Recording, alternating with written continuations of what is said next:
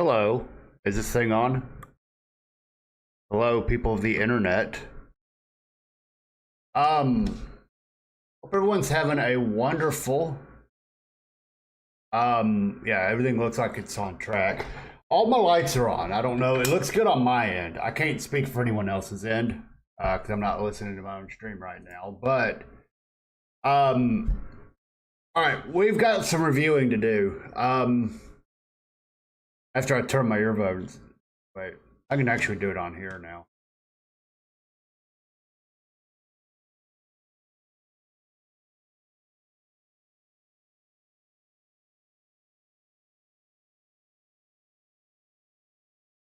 There we go. Hopefully that doesn't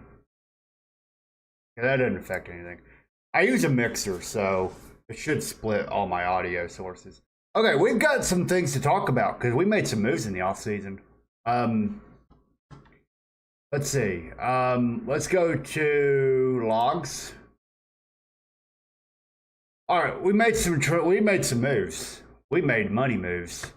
We're gonna go back to starting in the off season. Let's see, anything on here? We brought back everybody pretty much except for Josh Bell and Justin Topa. So we let them go. Let's see. We didn't offer Julian Mayweather. We let him go. We signed the GOAT Rick Jameson. We did lose our trainer in November. And then December. We claimed Clayton Beater off waivers. He's going to be in our bullpen this year. We'll kind of see about that. He went 31 saves and 58 appearances with Washington, sub 4 ERA, 10 Ks per 9, and 5 walks per 9. That's not what we're looking for there, but like the walk rate is definitely on the low side. He's in the 12th percentile. But if you look at all of his other metrics, they're good. We're hoping he'll play a big role in our bullpen. Let's see. We signed Jose Alvarado to a 3-year, $18 million contract. 73 appearances for Philly last year, 2.63 ERA. Kind of a similar, a lot of walks, a lot of strikeouts. Let's see. We made a couple moves in the Rule 5 draft. We picked up Brandon Little and Ian Hamilton. They traded Vesta for some minor leaguers. We also traded for Michael King from the Padres. Did lead the league in losses last year, so we're kind of buying a little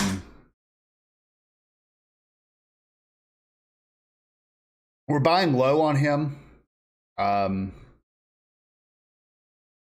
off a 4-16 record with a mid-4 ERA. Did lead the National League in total walks. It's concerning, but he only averaged four walks per 9 with 9 strikeouts. So we need to monitor. His control's gone down. This could be a concern for us, but he'll be at the top of our rotation. Let's see. We also traded for Eugenio Suarez from Cincinnati. Big power bat. Will be in the middle of our lineup. He will play third base for us. That was in December. Went into January. We signed Evan Phillips to be in our bullpen. And then we invited Hunter Patterson to camp. Let's see. March. No moves there. So we made a few moves in the offseason. So this is what our pitching staff looks like. Michael King, Taj Bradley, Simeon Woods Richardson, Grant Holmes, and Zebby Matthews will be our top 5 start. Emilio Pagan. Now this was a trade we made in game day. So we made this. I made this trade basically in today's world. We made it today. We traded him to the Twins for Alan Roden, who was going to be a 5th outfielder for. He does make $10 million, but he is a free agent. Matt Canarino, we also, I don't remember how I got him. I think he may, not Ed.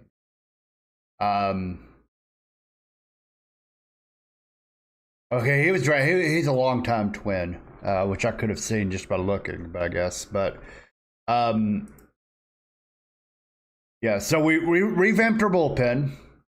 Our pitching is still the same, so this could be a concern for us. We do get, looking at our injury list, we do get Pablo Lopez back by the end of May, I think. So missed all of last year, most of 25, and he will miss a good chunk of 27 as well. But he will bolster our rotation. By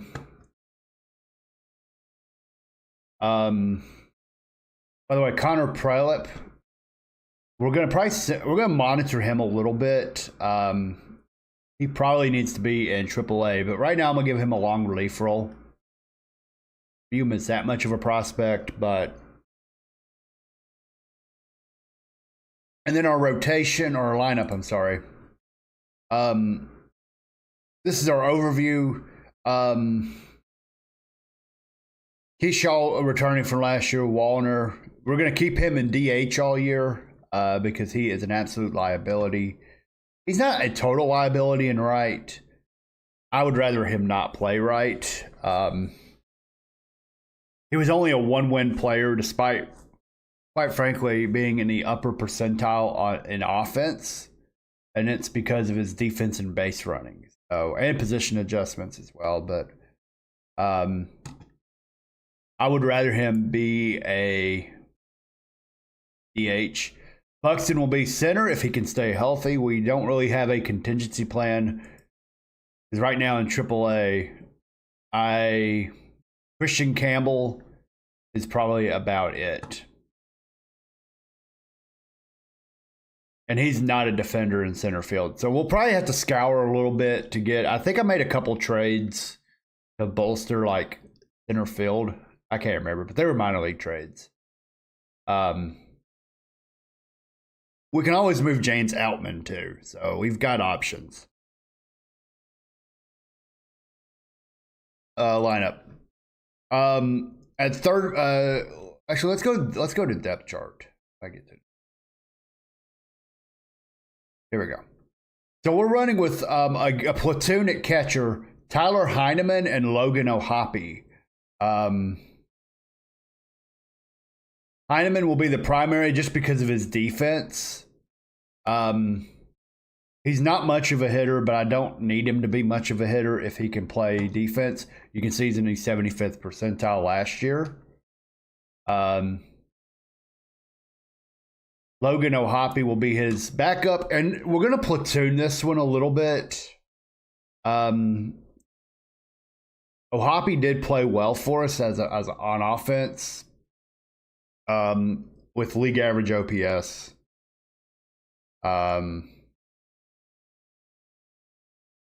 OPS plus. First base will be Luke Keyshaw. Kellen Clemens will back him up. Royce Lewis, we moved him to second at the end of last year. And he will continue to play there this year. As you can see, his fielding will have to improve a little bit. Hopefully it will. He hit 260, but his offense looks pretty good. Ryan Kreidler will be our shortstop. Kreidler. I don't know how to pronounce his name.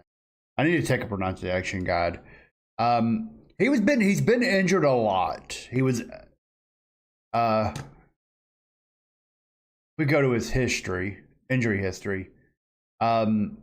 He's coming off of He's fractured his foot now twice since August. That might be something worth looking at.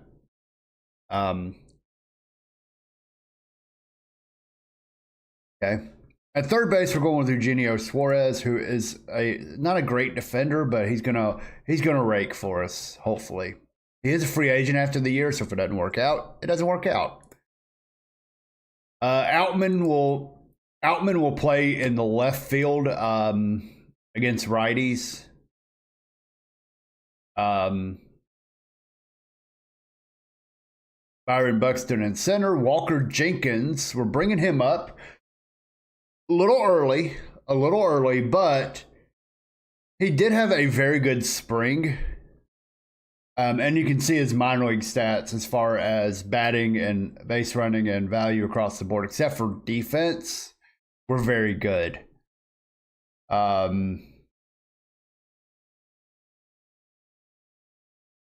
But he's been 2 years in AAA. His offensive stats his offensive ratings are very good, which is why I'm bringing him up, even though overall he's probably not ready. Not going to be a big home run guy, but if he can hit 15 home runs at the big league level, I will take that. Even though, we're being honest, his key value will be as a kind of an average gap flower plays. I'm still not that sold on Walker Jenkins as a prospect, but that's against lefties or righties. So that's our base lineup. Against lefties, Logan O'Hoppe will transition there. The infield stays the same. Matt Wallner is going to be our DH. Dylan Cruz will play left field against lefties. His value is going to be as a corner outfielder, left fielder, because he doesn't have a lot of range and he can't throw.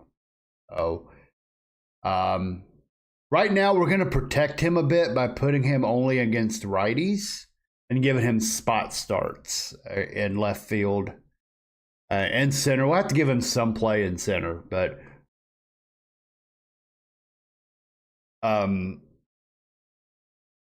for us last year, he did very well in 35 games, 120 plate appearances, 360 on-base average of the 112 OPS. Actually played very well with Washington as well.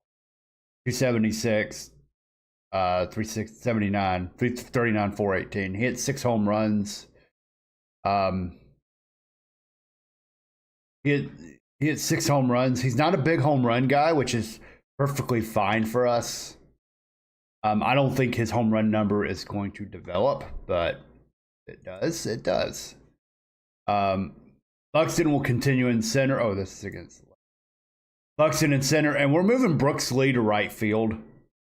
This is an experiment on our part, and we're going to utilize James Outman as a defensive sub there. And here at our pinch hitters.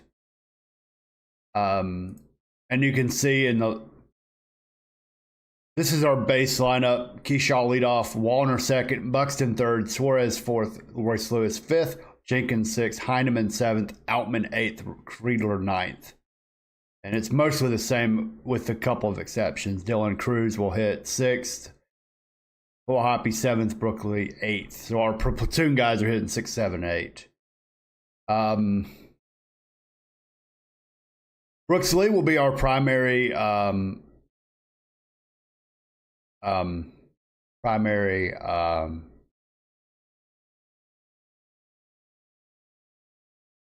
backup fourth outfielder.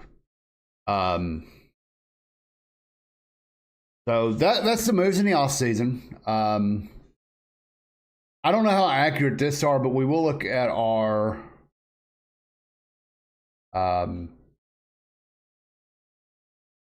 preseason predictions. We are going to predict to finish in last place, but 79-83 record, so they're expecting us to be about what we were last year, which would be kind of a disappointment considering all the moves we made. But what we're doing this year, and now we're going to look at our prospects real quick. I do have that list.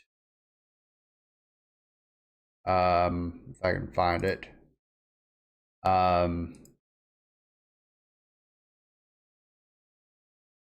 These are the prospects we're monitoring. Basically everyone in our organization who has a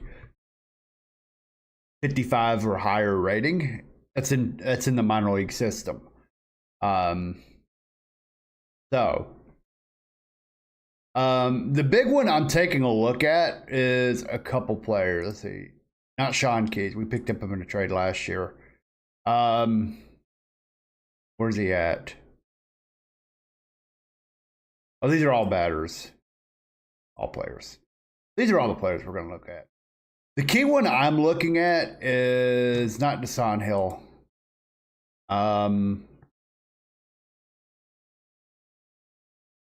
Jason DeCaro.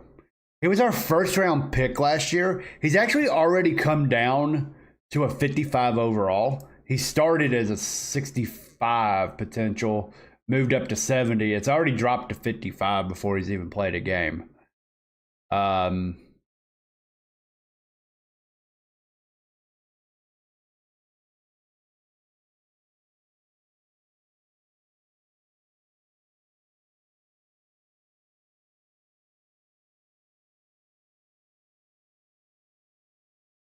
But it says here improves to 65 to 70. So that there's some odd, but we are starting him in Double-A. He was our number 1 overall pick last year, 31st overall prospect.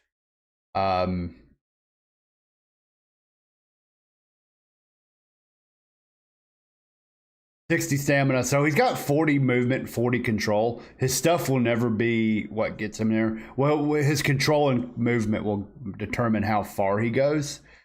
In fact, I want to see.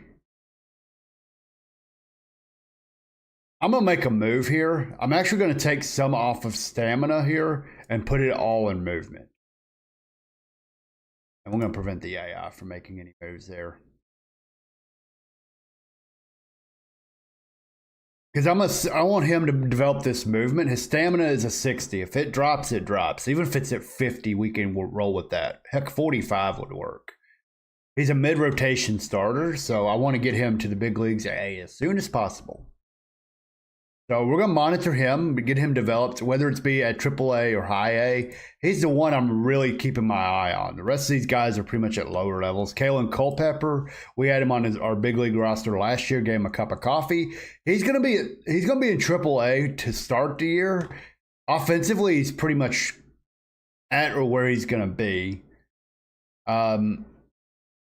He could learn. He could probably get better at some base running, get a little better with his batting eye.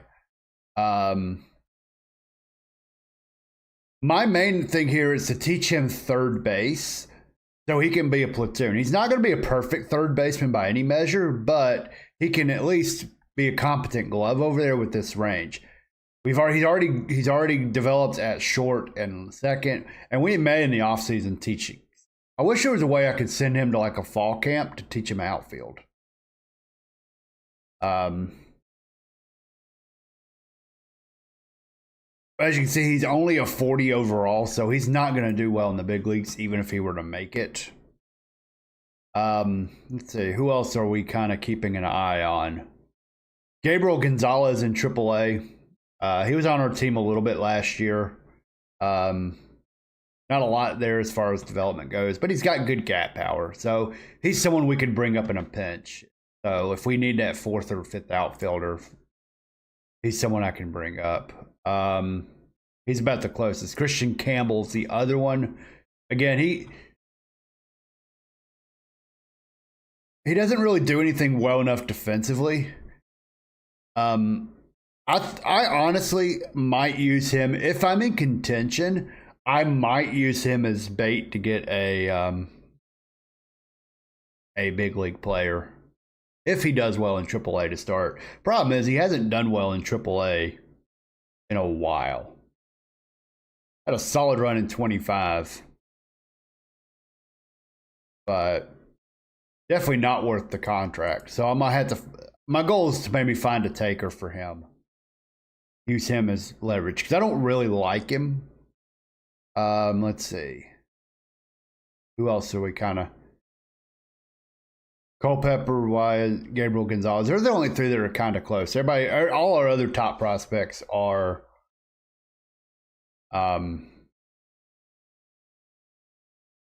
Riley Quick could probably see some run. He's in Double-A. I believe we picked him up in a trade last year. Right? Yeah.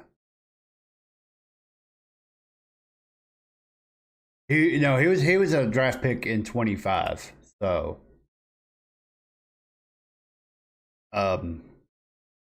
that's our team overall.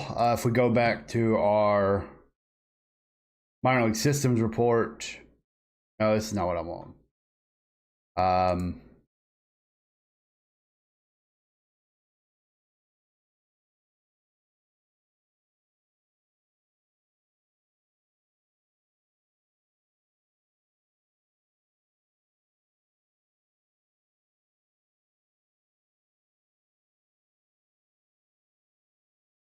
Okay, so I don't see what I'm looking for. Oh, wait, no, I know where to go. We have the 4th overall system as of now. So most of our top prospects are in the lower levels. So our goal is to develop our prospects and kind of stay afloat. And oh yeah, we did trade Eric Wagaman. He was kind of a quad A player. We traded him to the Braves for Devins Saltabon, who has the potential to be a really good utility player.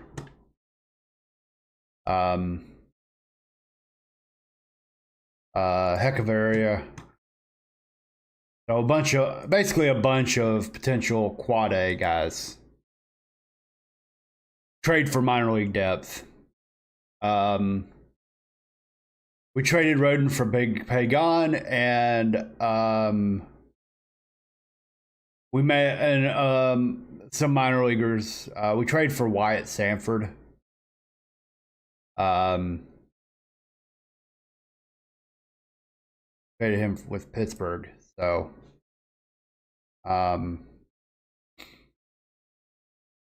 so that's what we're looking at. We can review our opening day roster. We kind of just did this. We do have the Hans Krause designated for assignment. I'm wondering if I can go ahead and send him down to. Oh.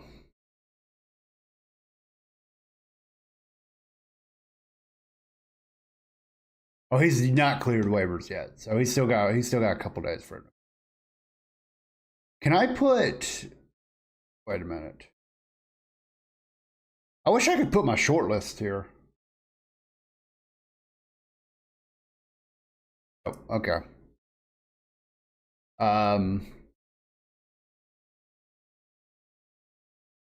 Looking at the waiver wire, we'll go there real quick.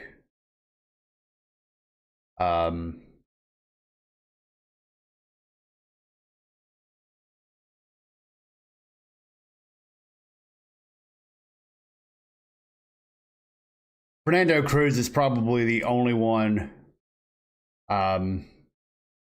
we could probably sign at a big league contract. But as I'm looking at his numbers last year, they weren't great. Even with his percentile ratings last year were not the best, except for strikeout. So I think I'm fine with not signing him. Even at $2 million, the ratings are fine, but I'm just seeing a lot of. Like, his hard hit percentage was in the 1st percentile. That is not a good look.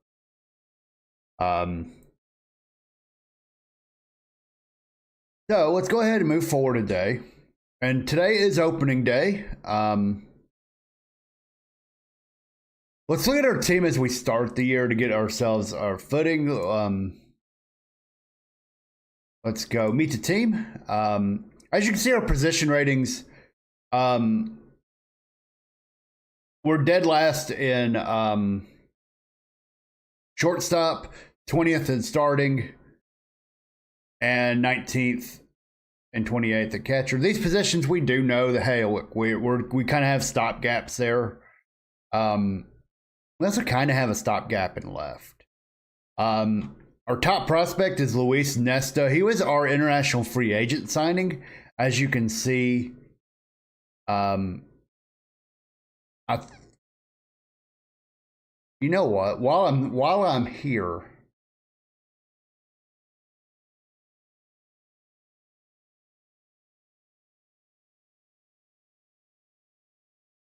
I wonder what the best position to put him at would be. We need to decide this. We need to decide this pretty soon.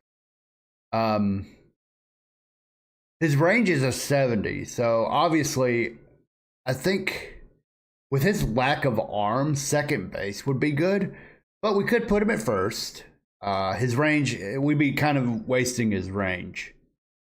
I'm surprised he wouldn't have better outfield range. I wonder if so he could be a candidate we could teach the outfield to maybe improve him defensively. Keep that. We'll have to keep that in mind for the offseason. But I think for now we'll see how he develops it. He's got a ton of range. He just doesn't have a throwing arm. Gabriel Davalillo, who we picked up in a trade with the Dodgers at the deadline.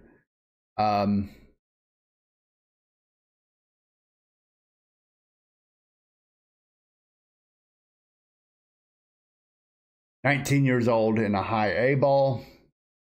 As you can see, very good numbers in Double A. We're dropping him down a level for right now. Even though I might just go ahead and put him back in Double A just because of how he performed for us in such a small sample. But I would like to see 20 games. I mean, 20 games is not a sample make. We'll keep an eye on him. Gabriel Davalillo, we'll keep an eye on him. And then DeCaro, we looked at. Jenkins is on our big league roster quick. Francisco Renteria is also a top prospect who we picked up in a trade with Philly. Corner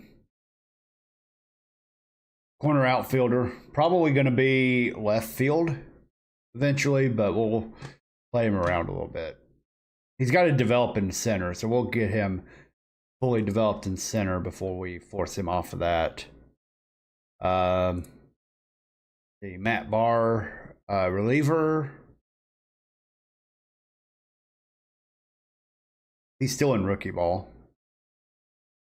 And a few others. James Ellwanger and Raul Vasquez.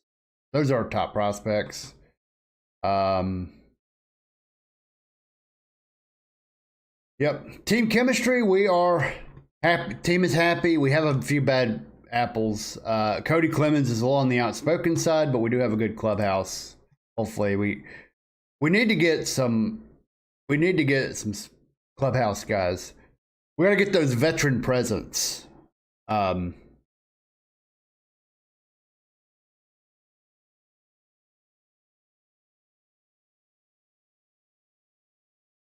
So I think we'll go ahead and start. We'll see how we do the first month, and then we'll kind of take a look at our roster and go from there. I do plan on going to at least the draft. Well, I don't know if I'll do the draft today. I'm not going to be on super long, so I kind of have a hanking to play Minecraft for some reason. I don't want to do that on stream. So I've also been playing a lot of Pocopia and MLB The Show because I want to mash some taters. All right, so let's see how the lineup does. We are playing the Pittsburgh Pirates to start the year. For some reason they're not. Oh, they played March 26th, so they had Skeens out on the hill, so he may not be ready for him.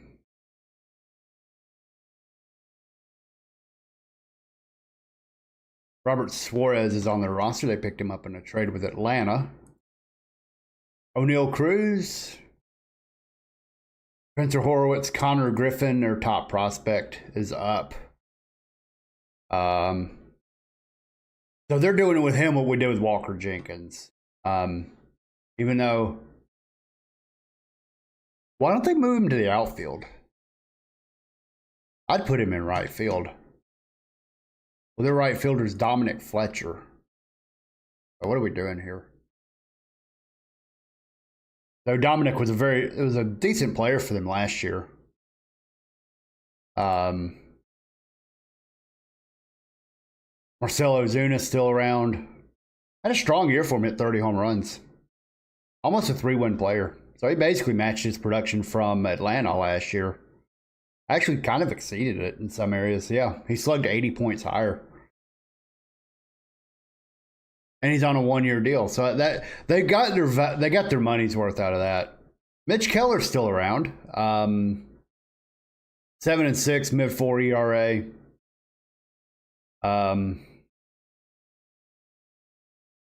They never quite lived up to the hype, but he is a free agent after next year. Why did they give him such a big contract? Was it solely on potential? When did he get that?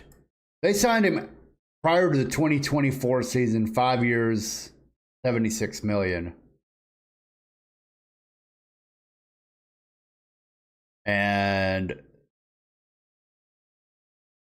okay, so he had a couple decent years and they locked him up.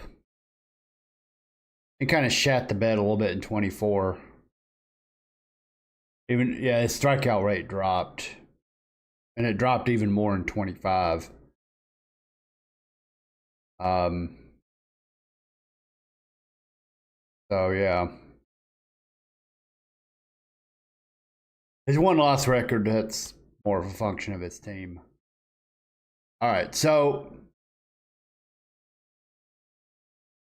let's go ahead and we'll sim opening day. And we'll see how opening day goes. And we'll go ahead and we'll look at the box score and then start simming. Okay.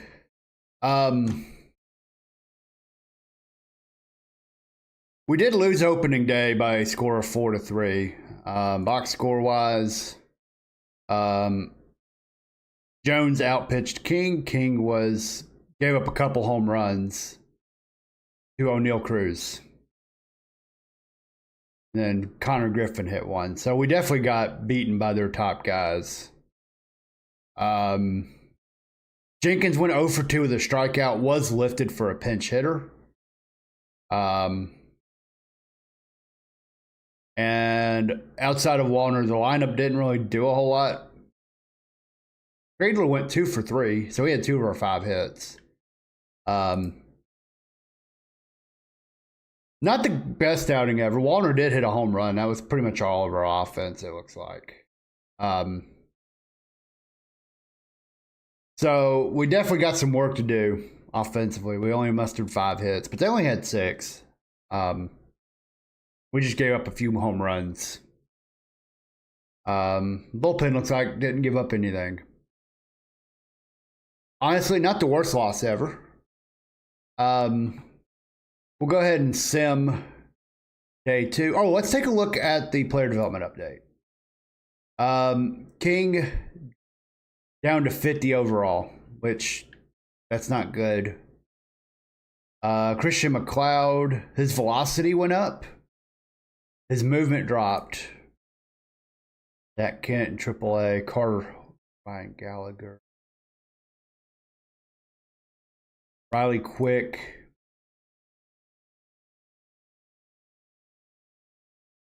Is going to be a starter. This is quite the development, actually. If he can develop as a starter, I do think his control would have to improve. But his P-BABIP is good enough to where his other areas being strong.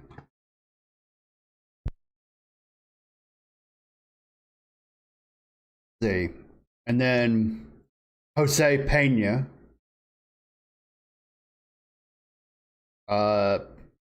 Current potentials, pretty much everything about him went up. Let's see, Jalen Allen, velocity drops. CJ Cossey, couple drops. Edward Tate dropped to a 45 potential. It doesn't really reflect here yet. We'll see. We'll look next month.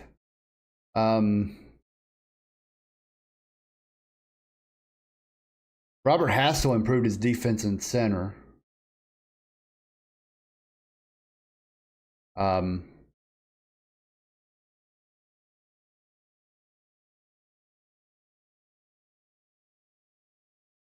There's a lot going on here. Edgar Cullen, was he? He was another guy we picked up in a trade, but he's kind of a prospect. Yeah. All right. April 2nd, looks like there was a rain out. Or maybe we didn't play. I don't know, but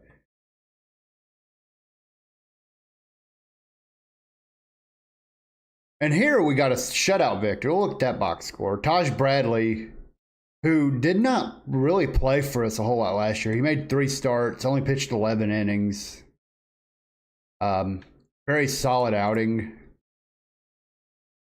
5 shutout innings. Bullpen did well. Jenkins went 2 for 4. Lewis went 2 for 4. And everybody else kind of just slept on their hands. And then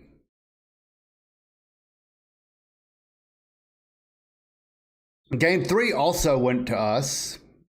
And a weird Sunday start to a series. Walker Jenkins, 2 for 4 with 3 RBI. Hit his first career home run. Go Walker Jenkins. You hit your first career homer.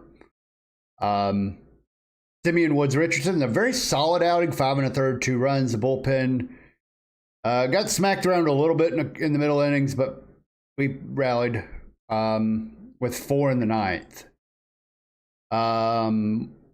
See what happened there. Let's see what happened in the 9th inning. Yeah, look at that. Oh, game log.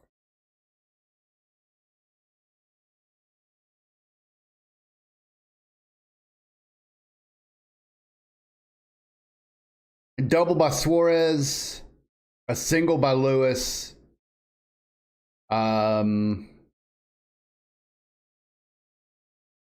Fielder's choice RBI for Walker Jenkins. Outman walked. Fielder's choice by Creedler.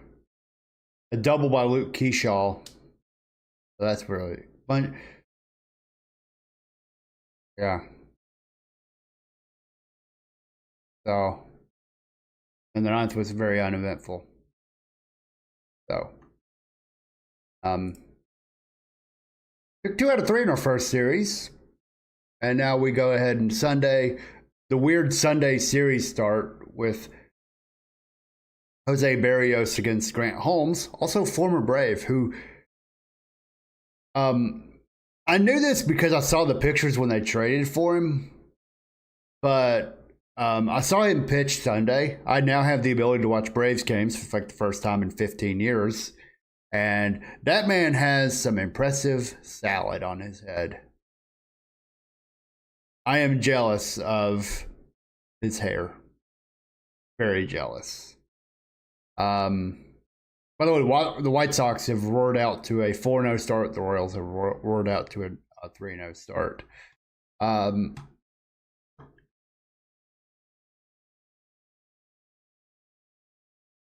Moving on, we do drop the Braves to 0-4 as we hit Monday. Looks like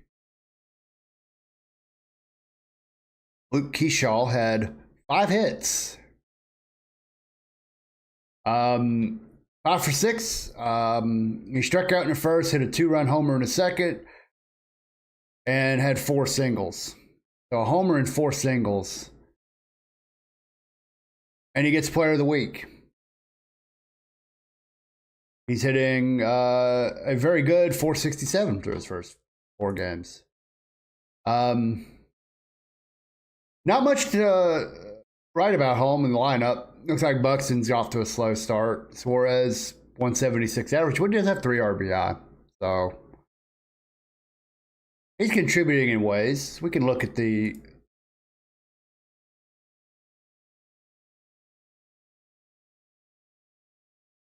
Yeah, he's contributed a double. I mean, it's 3 hits. Oh, we'll definitely have to monitor that, but it looks like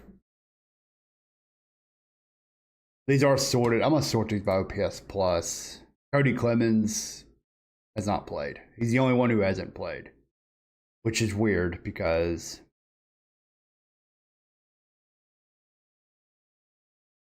well, he doesn't really have a position. Like, I don't even use him as primary position third. He's actually a first baseman, but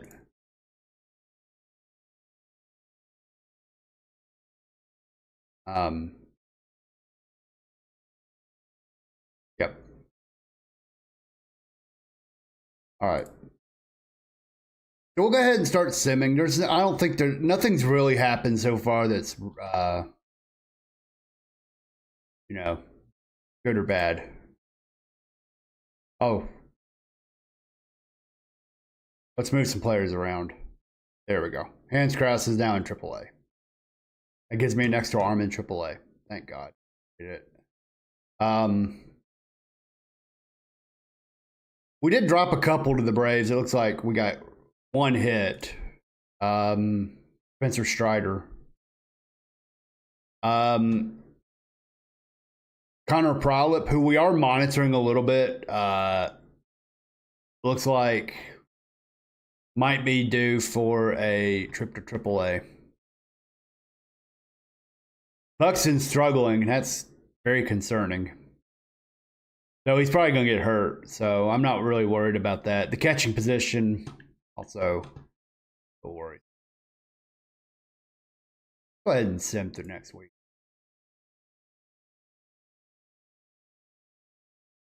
All right. Monday, April 12th. We are 6-4.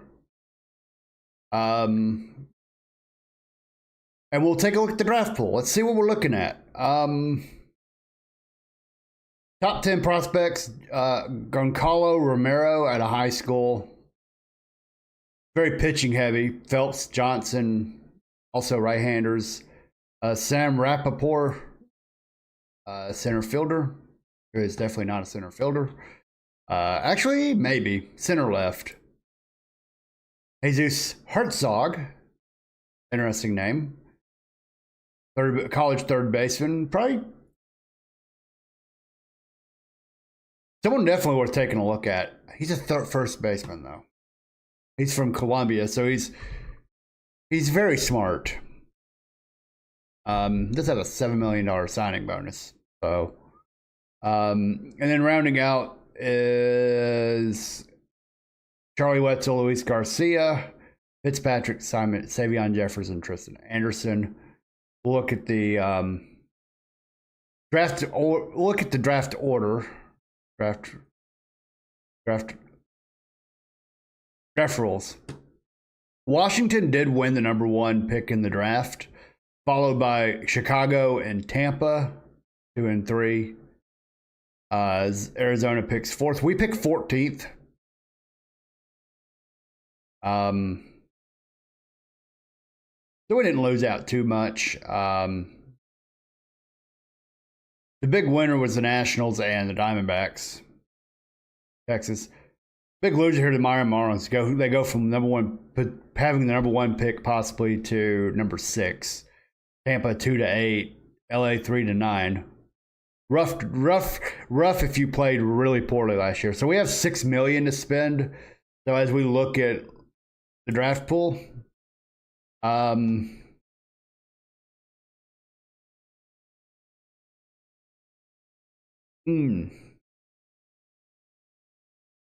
love Ruben Gonzalez. He's signable for us. Andrew Odell, the first baseman. Light tower power, definitely a DH type. Let's see. Inspector. Right now, I think he's the guy I'm kind of like, okay, Tim Spector might be my favorite. Unless we're willing to go overspend for this. Unless we want to go Jaden Brown, but I don't love his defensive ability. And these are according to my scout, right?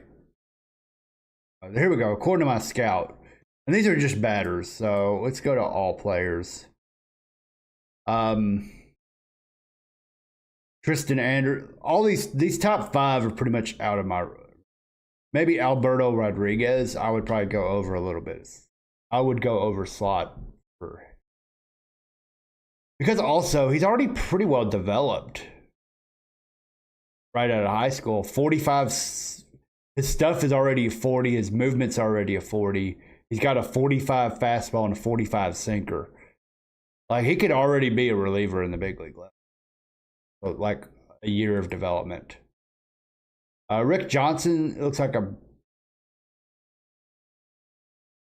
another one who's pretty well developed out of high school. So this looks like a very good pitching draft. Alberto Rodriguez, we already looked at him.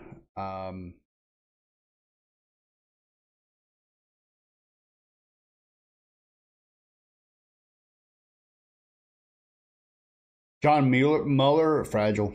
Oh, we're going to consider him, but nope. Let's see.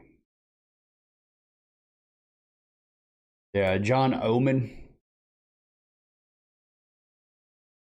Not as good as the others, but again, 40 stuff already. So this draft looks better than last year's draft as far as potential goes.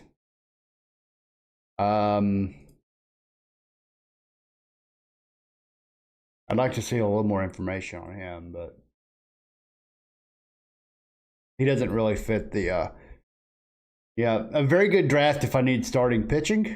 Maybe not so much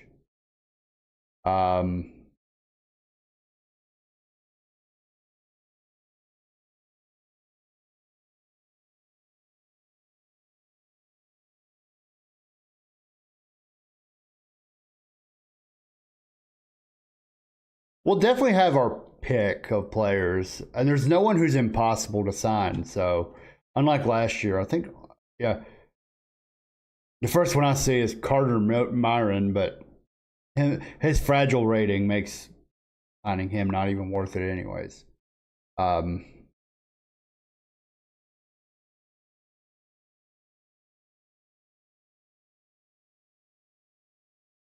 Yeah, so.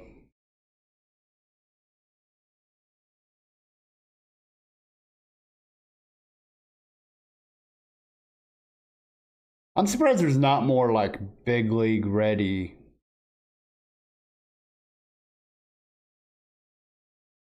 I guess Joe Allen's pretty close. But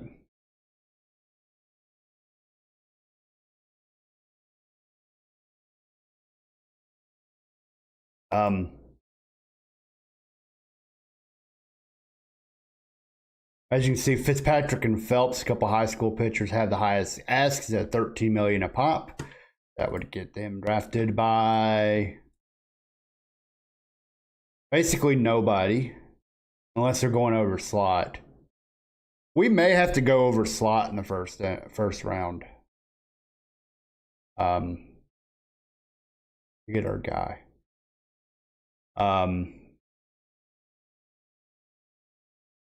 All right, let's take a look at our staff. Zelby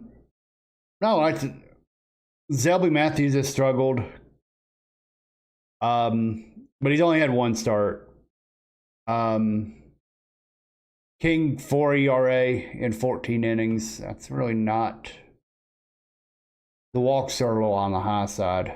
Hopefully, we can bring that number down a little bit. Lineup wise, Walker Jenkins is hitting well, 370 to start the year. We definitely made the right call on him, at least early.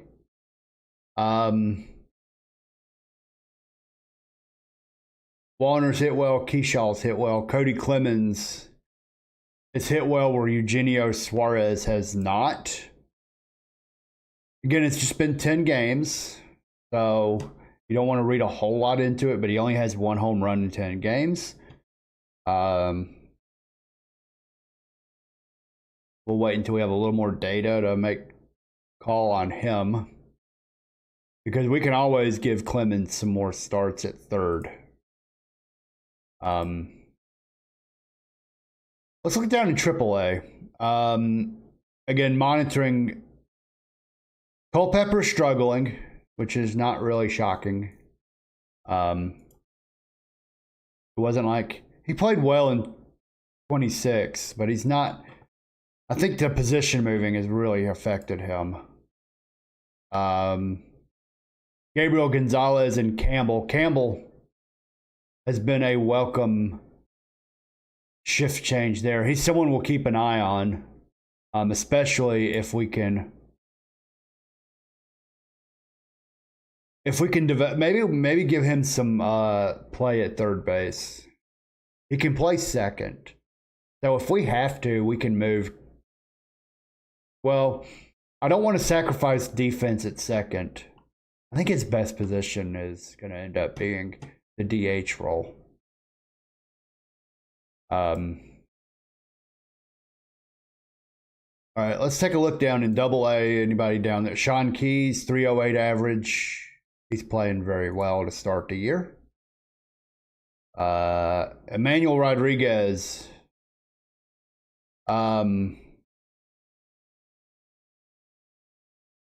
Negative 11 OPS plus in his first. Merrick Houston has only played a few games, but his strength is defense anyways.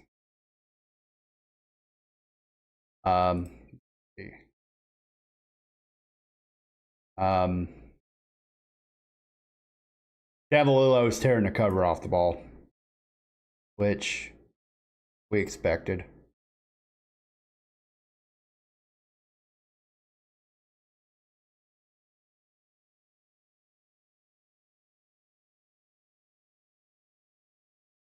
No games in those games won't start for a while. Let's look at pitching. Down on the farm. Okay.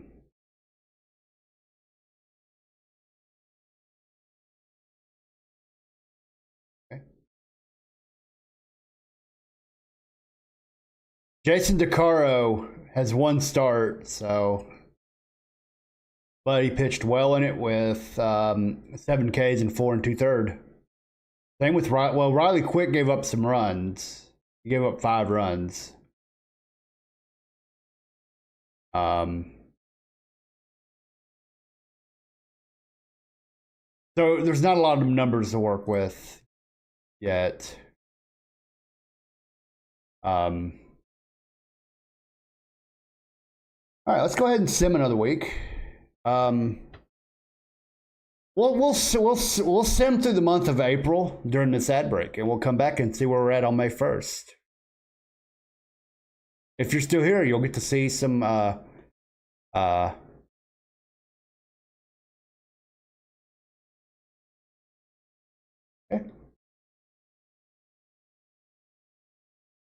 Moving on, we are now halfway through the month, 9 and 7. Wyatt Sanford had 5 hits in the minors. Let's see, Matt Wallner day to day.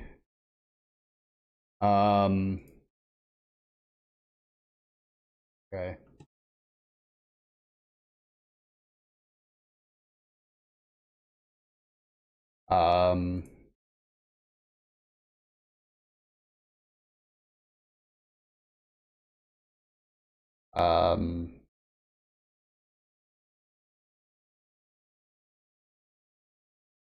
I will say, Byron Buxton struggling like he is in his first 15 games is awfully concerning.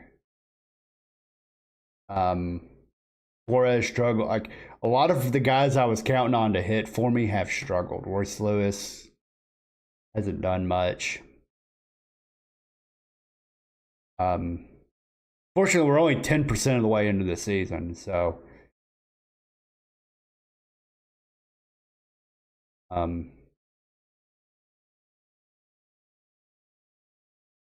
our starting rotation has struggled a little bit.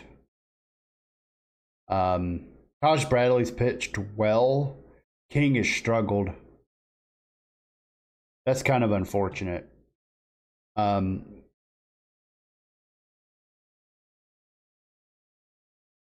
Yeah. We might be moving some people around.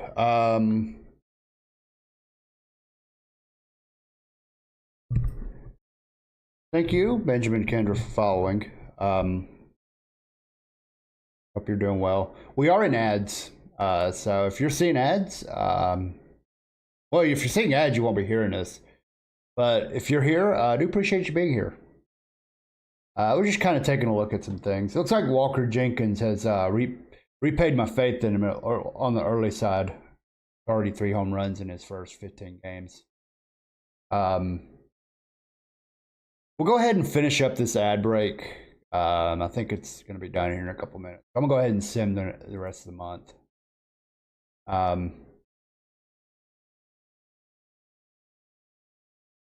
We'll take a look at okay. Grant Holmes was injured, but didn't really miss a whole lot of time. Ricky Ortega, intriguing prospect, center field. Mario Lopez. Oh, I've never seen anybody with a 15 potential for overall before.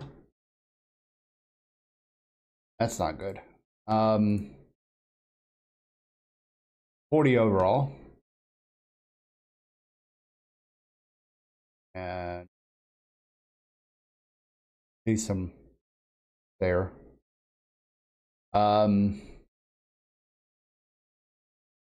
Okay. Let's go ahead and sim to the end of the month.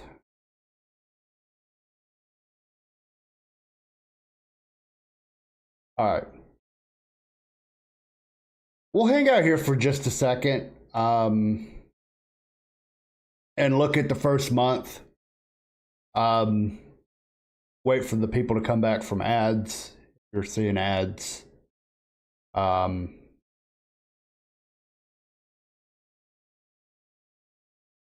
Thank y'all for hanging out. Again, we won't be on super long, but I figured I'd give y'all a quick look at what I'm working on. This twin save. We've got some emails to read, so we'll read those in a minute. Looks like we finished the first month 14 and 13, which, to be fair, that's about right. If we can maintain that through the whole season, we should be, for the most part, fine. I am seeing a lot of positives on my player development update, and we'll look at our short list, see if we need to take anybody off the short list. Ad break is finished. All right, ad break is finished. Welcome back from ads. If y'all saw ads, tell me what kind of ads y'all are getting these days. I don't pay attention to them, so great job, advertisers on Twitch, because I don't remember a single goddamn ad I see, and I watch hours and hours of this stuff. So, good job, Twitch. All right, let's take a look here. Let's see. Jaden Woods drops to a 45, so we might go ahead and, even though he's pitched pretty well, we'll probably leave him on there for the rest of the season and then take him off if he continues to be at a 45. See. Liam Sullivan's stamina went up, but his control dropped. Let's see. Matthew Dalquist, despite his low work ethic, has pitched well enough and so far to see his everything go up. Yandro Hernandez. Okay. All his current ratings went up, but he's still kind of a low potential. Let's see. Gustavo Melendez. All his currents went up. His potential is now a 50. Hitting 230 in A-ball with good defense. Good base runner. We'll keep an eye on him.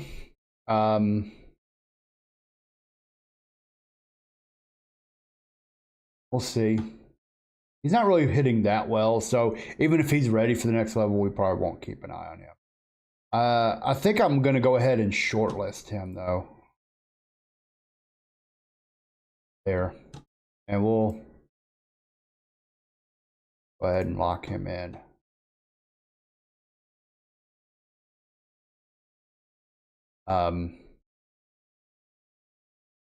Because he's now he's a legitimate prospect. Murphy Hernandez potential is now 40. Let's see. Murphy, Merphy. I've never seen that spelling before. Okay. Some pretty good development from our outfielders. Ethan Wheeler, his potential dropped to a 40. Jonathan Stevens, his potential went up. Let's see. I'm not really seeing a lot of DJ Sampson in the rookie league. 5th round pick has dropped. TCR is not being kind to him.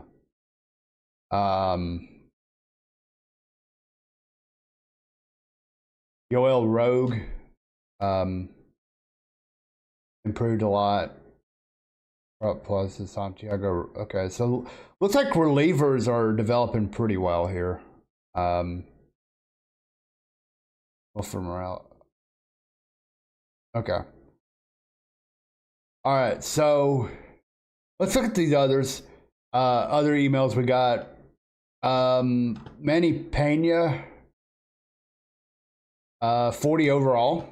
So we'll see if he can develop anything. Sean Keys was the best batter in AA, the Texas League, hitting 338.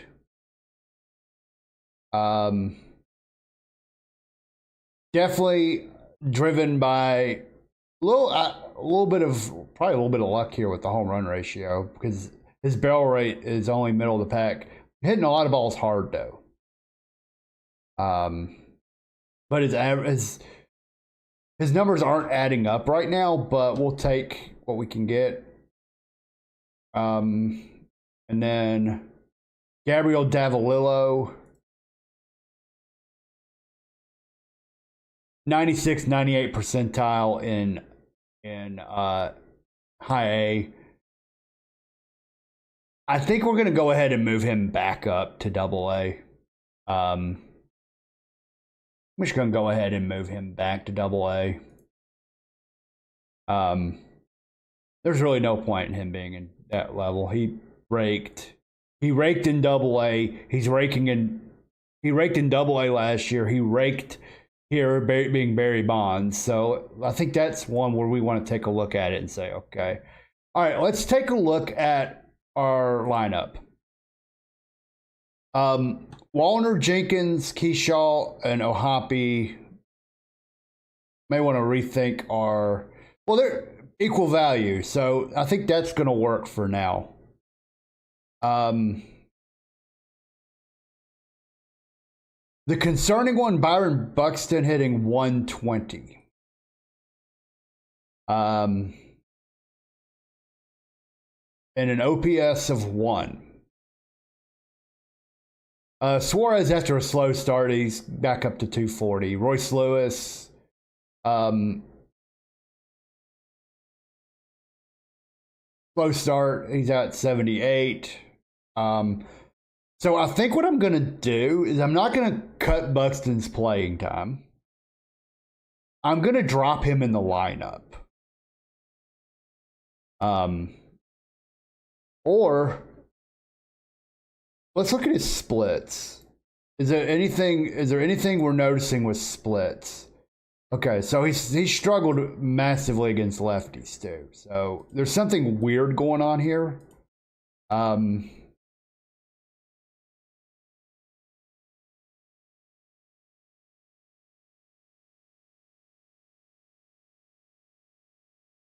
Also, Dylan Cruz has hit very well in a platoon role. Let's take a look at that. 200 against righties, but the OPS is actually not too bad. So a little sample size madness there. He only has he has 3 extra base hits and 20 bad plate appearances, 4 in 26. We might look into getting Dylan Cruz some more at bats. And we could do this, by the way, if Buxton continues to struggle. But again, I'm looking. He doesn't quite have enough to qualify, but there's nothing. Okay, Okay, there's a little bit. I think he might be benefiting from some batted ball luck. Because yeah, he might be benefiting from batted ball luck. His BABIP is 357. Buxton's is 154.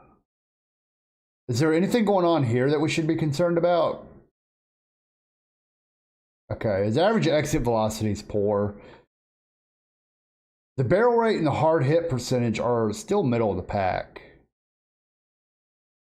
So, interesting. We'll drop him in the lineup. I think that's going to be the move. We're not going to bench him unless this continues. But we do have options. I'm going to drop him from the 3. So what I'm going to do is I'm going to move. I might move Walker Jenkins. We'll move Royce Lewis to the 3 spot. Torres 4, Jenkins 5. We'll drop Buxton down to 6 in the order. And here we'll swap him with Dylan Cruz. Okay, so that'll be the move there. We do want to keep an eye on Brooks Lee. He started 13 games, so he's actually playing quite a bit. Hit 220.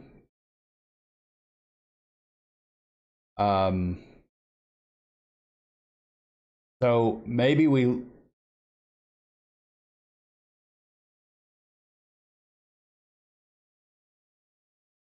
Christian Campbell is hitting. He's not hitting that well. So there's a lot of smoke and mirrors here. Average exit velocity is very good, though. But he's not hitting balls hard.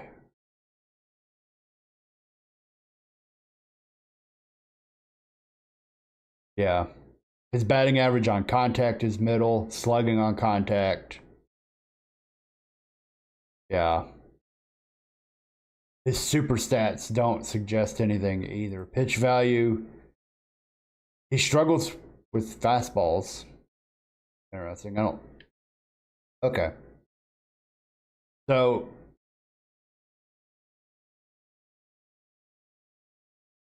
A lot of smoke and mirrors there. I wonder. I'm going to try something. Because I don't love the prospect, and he's got a very good contract. Gabriel Gonzalez is hitting very well also. Let's see if we can shop him around.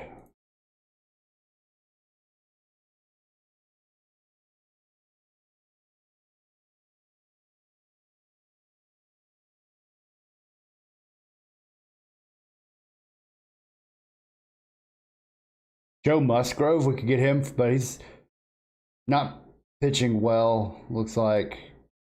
Yeah. He's a free agent. Really, I'm looking for an outfielder. Or a shortstop. Okay. Brendan Nemo, but he's got 4 years at $20 million a year. Not really what I'm looking for. Okay, so I don't think there's much of a market for him right now. We could just go for pitching prospects, but even here, it's like the best I can get is James Tibbs. That's actually not a bad contract. He's not a bad player, but he is also struggling in play. Probably because he's not a triple. Well, the power. Okay. All right, so there's not much of a market for Christian Campbell. We might be stuck with that one. All right, let's take a look at our short list.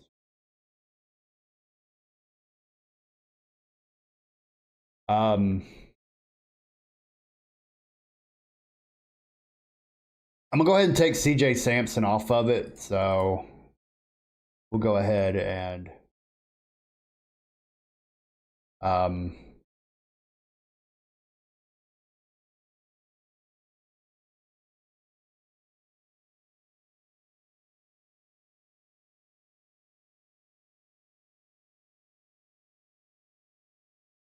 there. Couldn't find it for a second. Oh, he's a two-way. That's why. Could he play offense? Not well enough.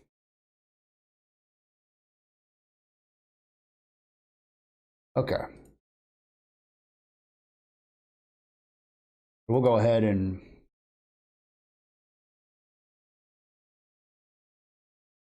remove him. He's no longer a prospect.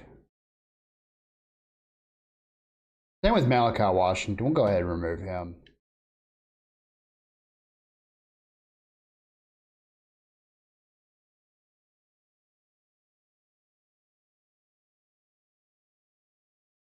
Okay. Now what we'll do is take a look at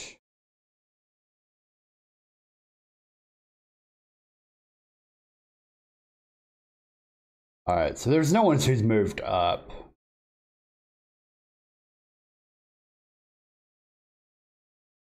Yeah. There's no one who's moved up. Let me look at going back to my short list.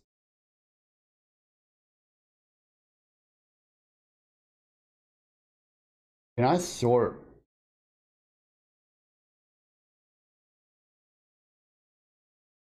All right.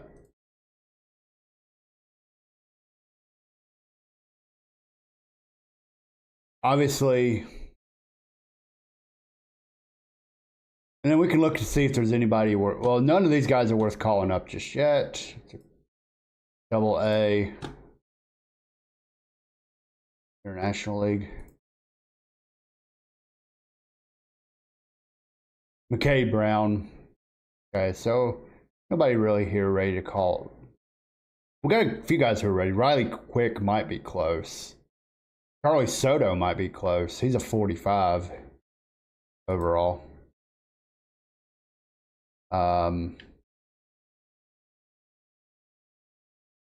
Texas League.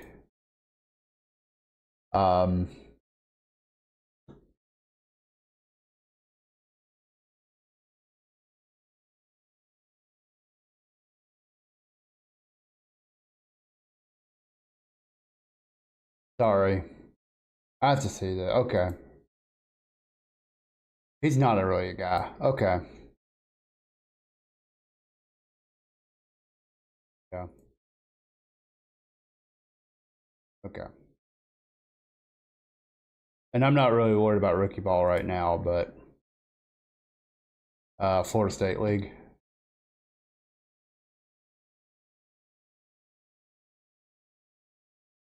Yeah.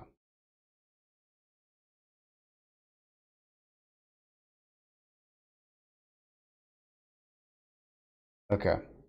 Santiago Castellanos is really close to being promoted out of Dominican.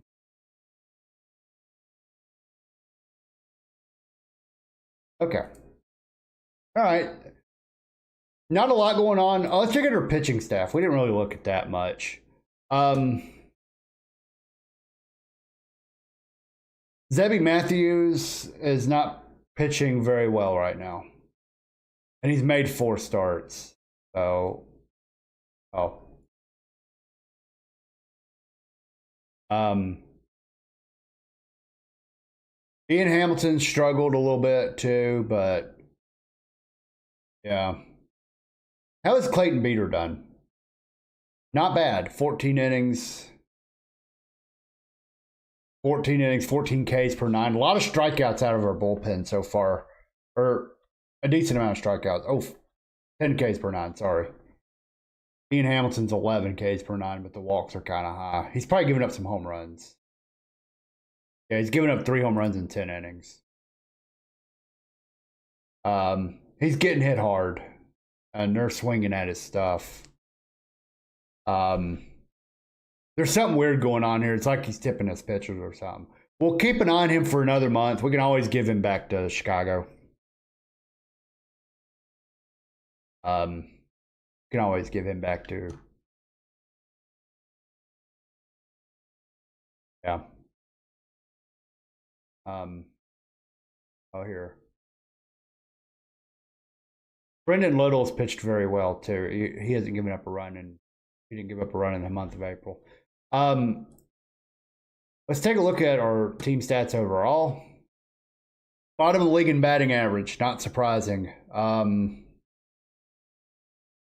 Middle of the pack in home runs, but we're bottom of the league in pretty much every offensive stat. Pitching wise, though, first in bullpen ERA, 11th in starters ERA. Again, I kind of expected that with the moves we made in the offseason.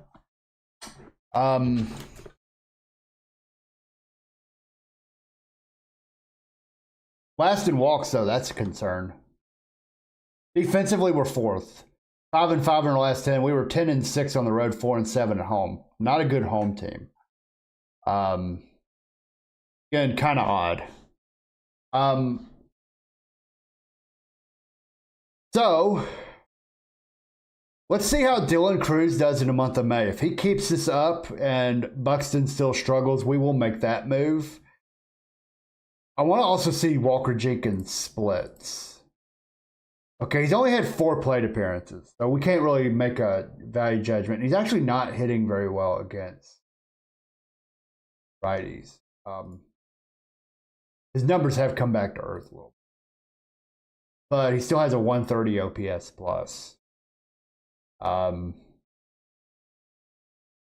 So we'll keep that platoon alive, but Dylan Cruz and Buxton are the ones we're going to watch. Maybe Brooks Lee versus Clemens, but Clemens has struggled too now. Our whole offense is kind of ass, if we're being completely honest with ourselves. And I don't really have any help along the way. I guess if we looked at Gabriel Gonzalez could provide us some relief, but wouldn't be much of one.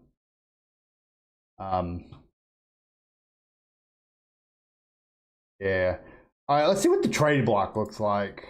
We'll look at the trading block real quick just to see if there's anything there. We might be stuck. Waiver wire, not much there.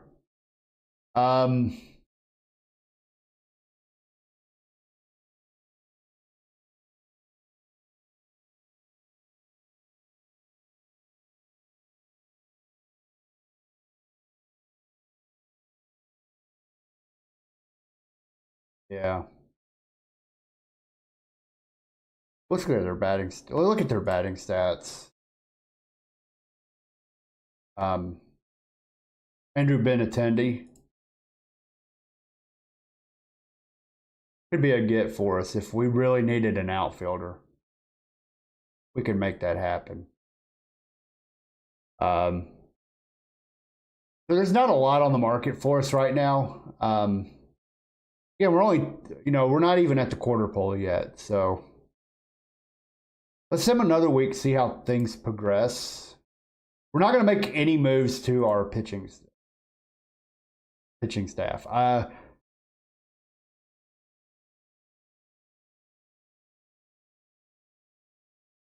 Yeah, I think we'll keep things the way they are.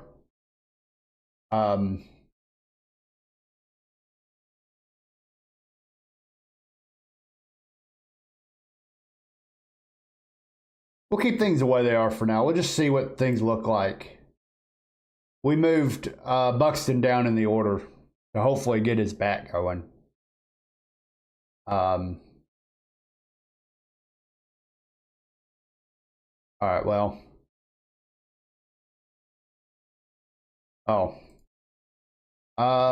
David Garcia, starting pitcher, 30 overall.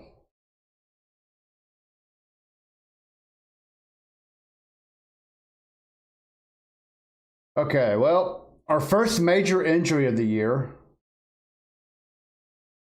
Um, out 6 weeks. So now we got to make a decision as far as AAA goes.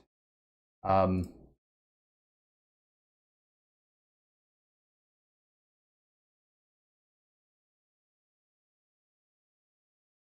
we got to figure out who we're going to call up. And this is kind of shitty, actually, because we'll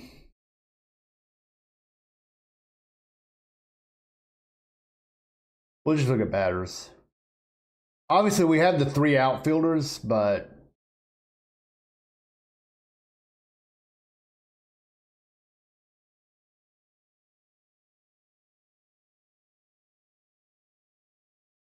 dang. There's not really a good option here. I guess we could call up.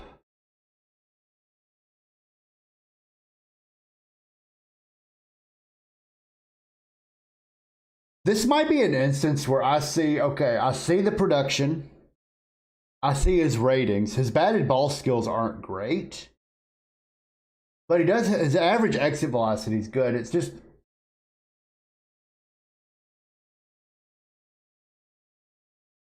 I think there could be something here. I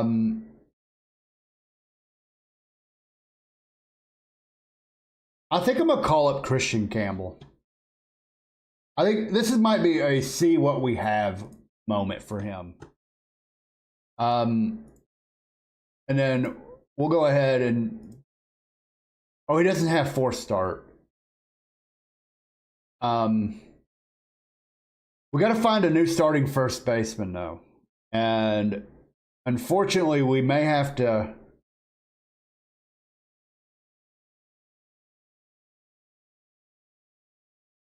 I think it's going to have to be Cody Clemens. We did lose our leadoff batter though, and we can make a move there. I might do something weird here. I might actually do something a little weird here. As I look at my team, we're going to move Walker Jenkins into the leadoff spot against lefties. And then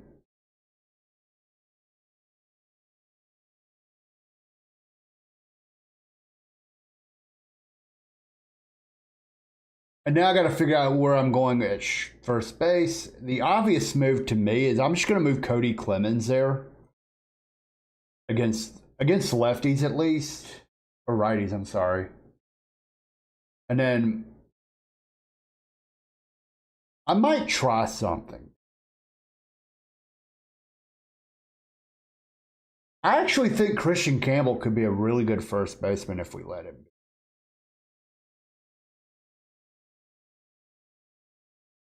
He can already play second.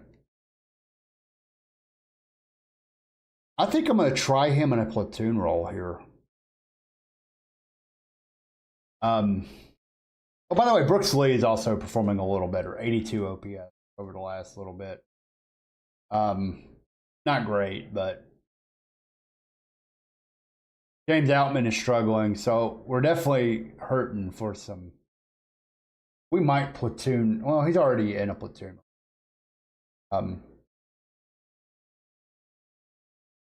Okay, so Kellen Clemens will play there, or Kellen Clemens, Cody Clemens.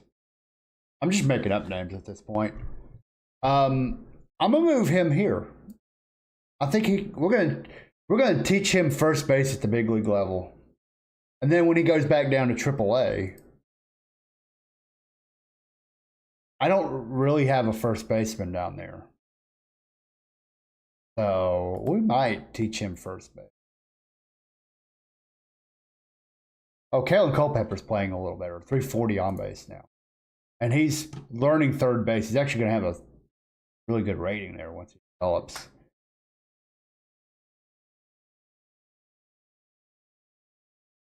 Once he gets to a 60, we'll get him off that. He's actually not doing too badly. His barrel rate's really good. His batted ball rate is really slugging is also getting. Okay.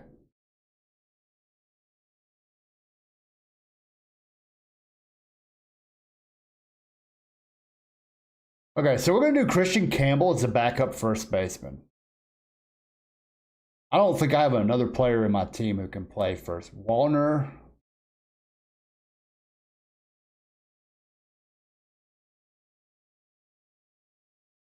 Not a first baseman. Yeah.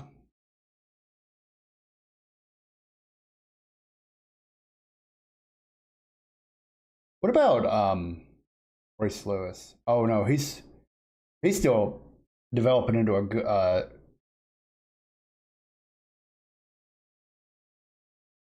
Okay. So we'll go Jenkins, Wallner, Lewis, Suarez. We'll hit Cody Clemens fifth because Hyman isn't hitting well. Buxton sixth still. Suarez, or yeah, and then lefties. This is where it gets fun. We're gonna hit Dylan Cruz lead off. And then Christian Campbell is gonna play first base. We're 15 and 17. This is I'm in seeing what I've got mode now with Christian Campbell. Can he play first base? I think he can. I think I think that might end up being his position. He's not going to hit. I don't think he's going to hit third though. And I might actually look at splits here.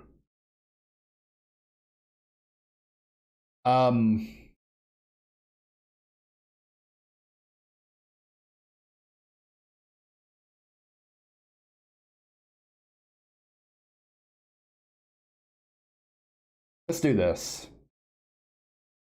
Logan O'Hoppe third. Suarez fourth. Royce Lewis fifth. You know he has a 4 OPS against lefties and 33 plate appearances. There's not enough of a sample here. We're kind of just riding a hot hand. Buxton has a negative 40 OPS. All right. Meanwhile,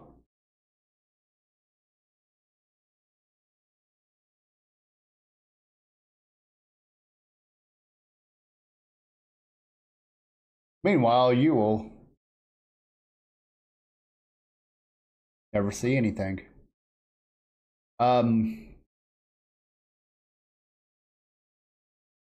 See.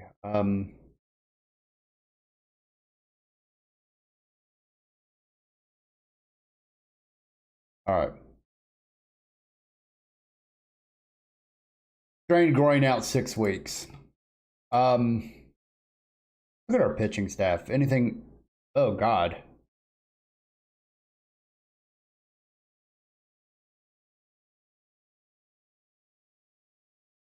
Taj Bradley, what's going on here? Oh, he just had a really bad outing. Because he already went up a full 2 runs. All right. I saw a couple wins in there.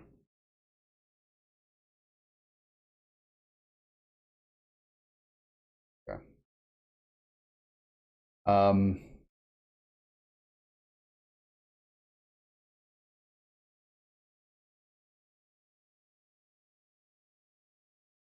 Yeah, he's going to have a 75 overall potential at first base. So I think when I send him back down, he's going to learn first base.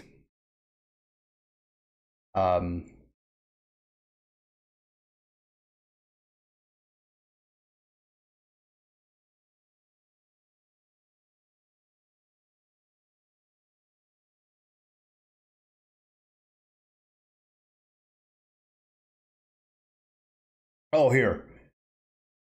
Just so I don't get myself in trouble in big spots, we're going to go ahead and do this.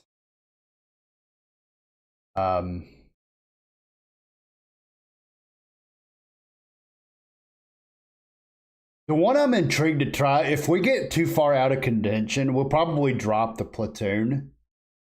Because Walker Jenkins right now, like he's hitting like 275 in 100 plate appearances. The sixth of the season, or fifth of the season, really. Like,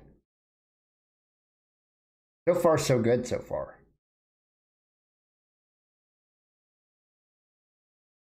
All right.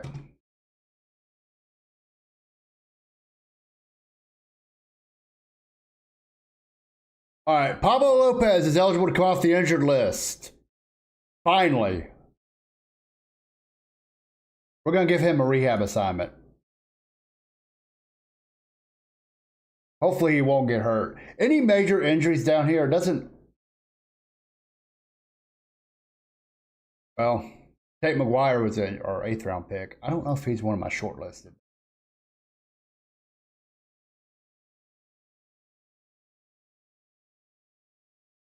Looks like one guy's already out for the year. Okay. But Pablo Lopez is on track to come back probably in like, what, 2 weeks or so? And we'll hope to get him for half a season, it looks like. All right. And that will help our rotation because we'll kick out either Holmes or Matthews.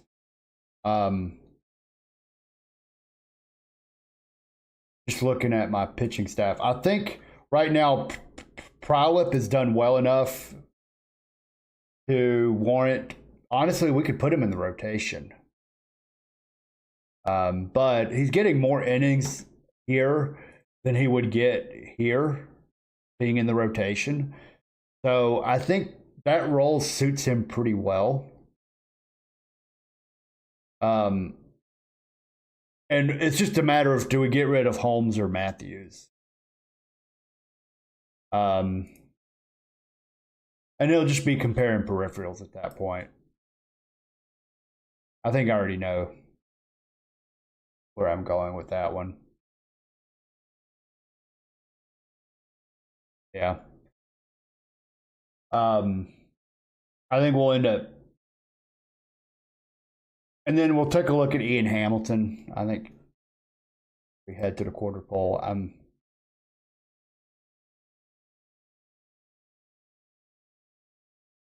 He had a rough outing in Colorado.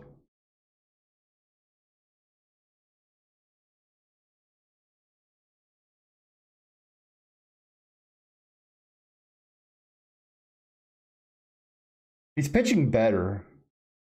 Hey, the walks are still an issue, though.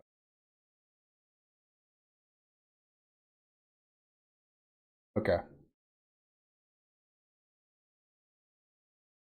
All right. Matt Canarino, a reliever, is going to be out for a while.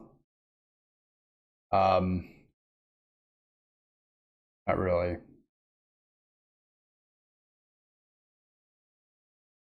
So we'll take a look at our pitching staff down in AAA.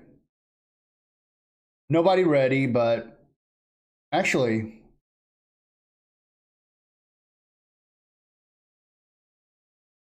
we could just call up one of the guys that we did send down. We got a bunch of guys here, like 45s.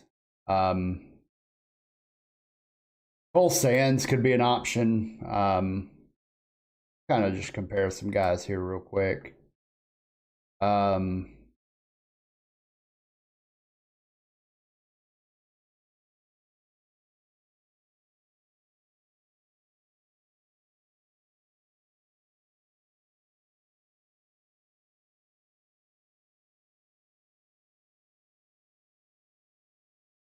Okay, we're gonna call up Cole Sands.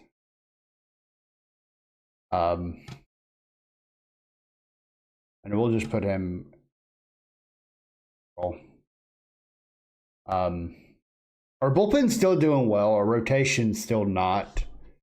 The move there, I think, is pretty easy. If you just look at the innings pitched, I think that tells the story. Grant Holmes is only going 4 innings an outing, so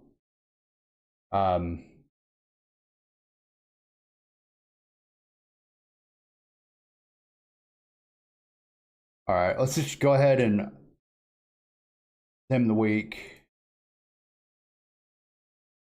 Okay, we're at 20 and 20.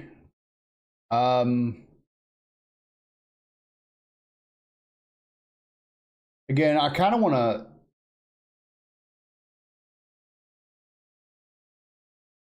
I don't know how much longer I can wait on. How many starts has Holmes made in triple? Or did he get hurt again? Ooh, he's only made one start.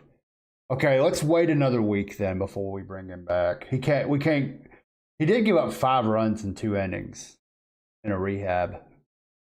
Not really what we were going for, but again, that doesn't really matter. It's about getting his arm stretched out. He hasn't played in 2 years, so he might need another outing or two.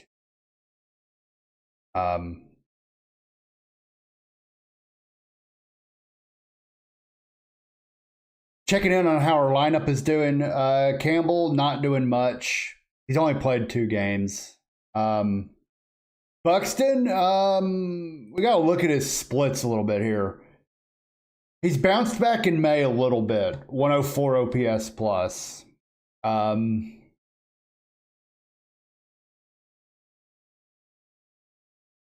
So that we'll probably keep him down in the order for now.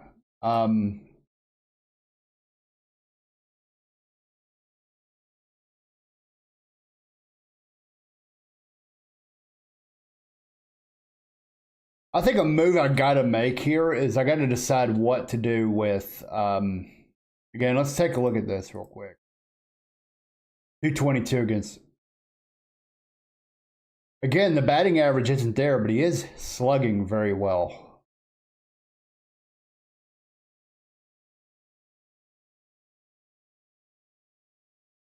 Hell, that might be the move over James Outman.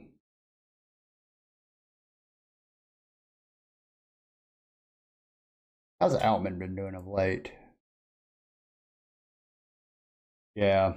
Well, he's 1 for 14 against lefties, 209 against. Similar numbers. And you're going to get better defense. So that might. Yeah. Okay.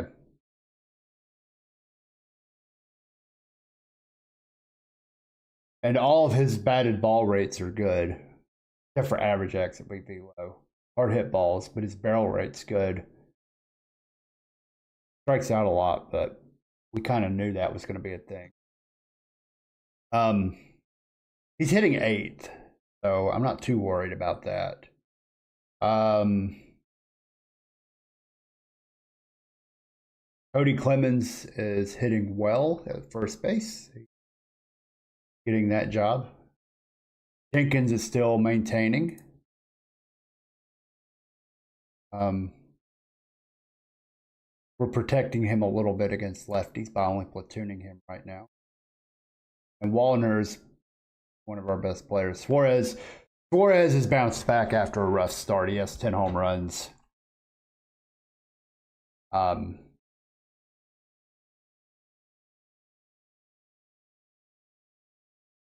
Yeah, we just have a lot of soft spots in our lineup right now, including from Buxton, which I didn't project.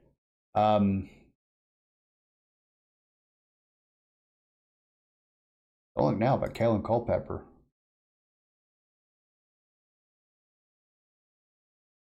Starting to play well. Okay, we're a game out. We're at 500. I'm going to kind of wait a week to make a move on Grant Holmes. He's going to be the guy I get rid of over Zebby Matthews. All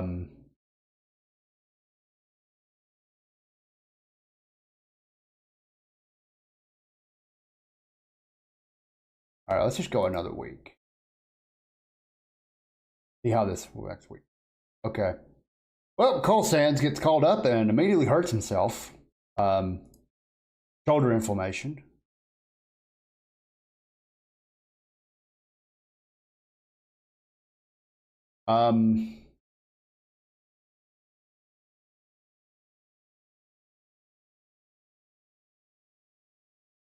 The corresponding move here will be Pablo Lopez.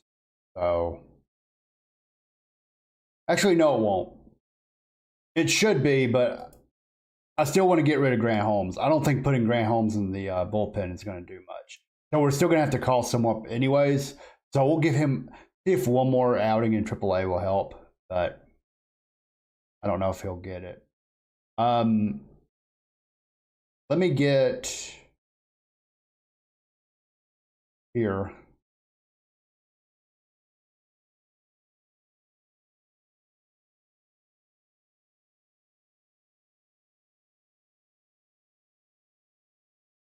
Remember, who I'm calling up has to be a reliever. So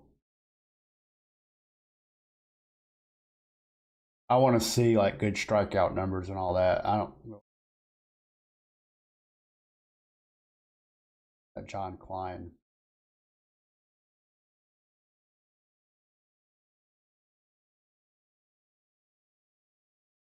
I'm gonna look down into AA.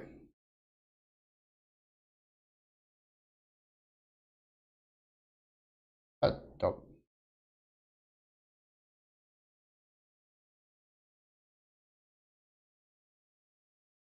All right. I'm gonna call it Mick Abel. He does have big league experience, pretty good big league experience. And what I'll do is call him up, promote him. I'm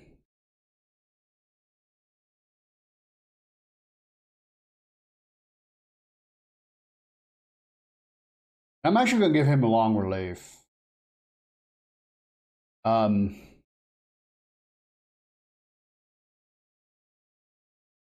gonna see something, and then I'm gonna make a move. Grant Holmes is not pitching another game here, so I'm actually going to go ahead and flip Holmes and Matthews. So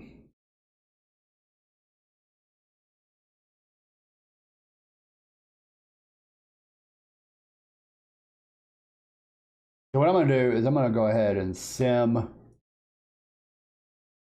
Okay, mild oblique strain for Walker Matthews. I think he'll be fine. I'm going to let.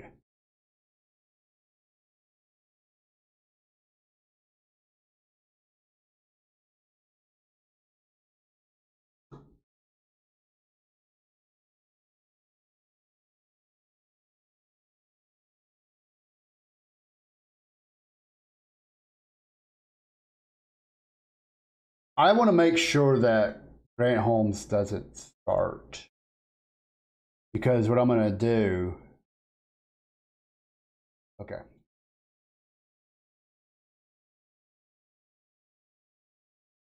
We're still hovering at 500. I'm going to see if.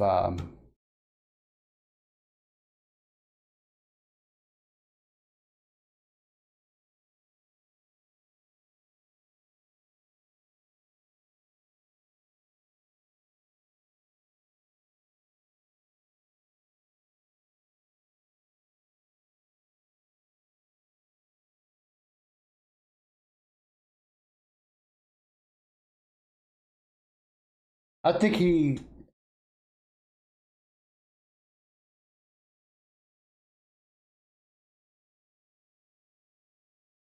Okay.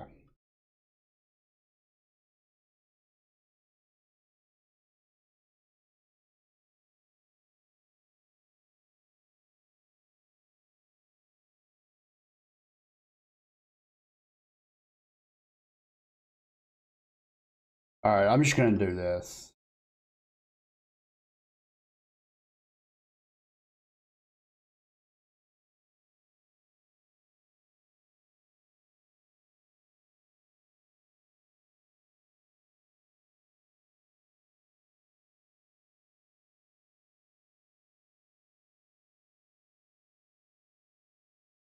Honestly, I might just put Prowl up in the bullpen anyway.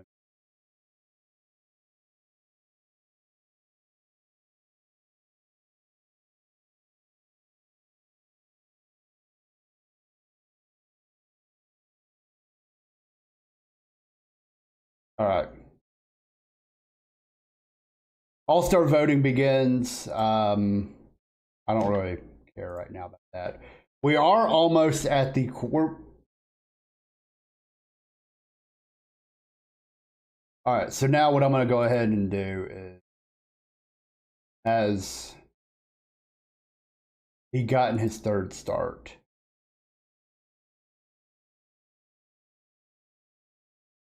All right, it's time. So we're going to go ahead and DFA. Wait, he might have minor league options. Oh, he's out of options, so we'll have to DFA Grant Holmes.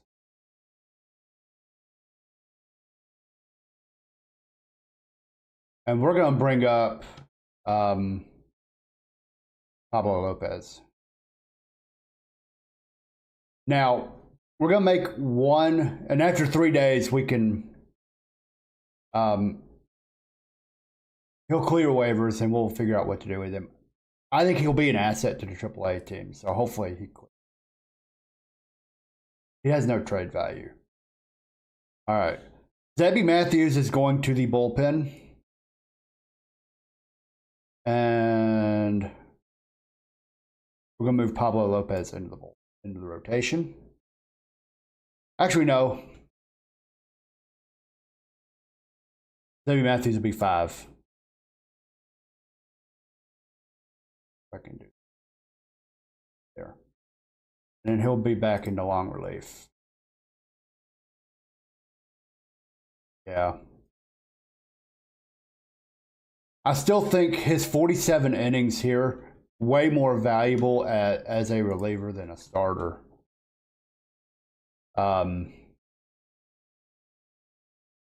He's pitching more innings than my 5 guy anyways.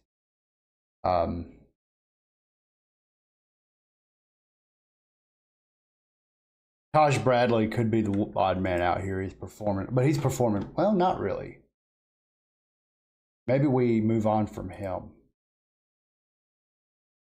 Or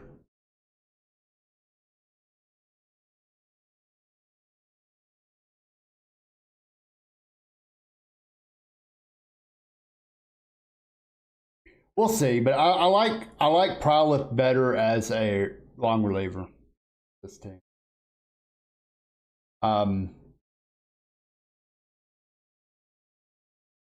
Okay, so we have Pablo Lopez back.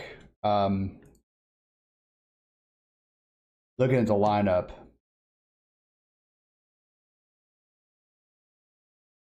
Honestly, not a lot going on here. Not a lot of good. Buxton is slowly crawling up. Yeah, 131 OPS in May. So he just had a really bad April. I've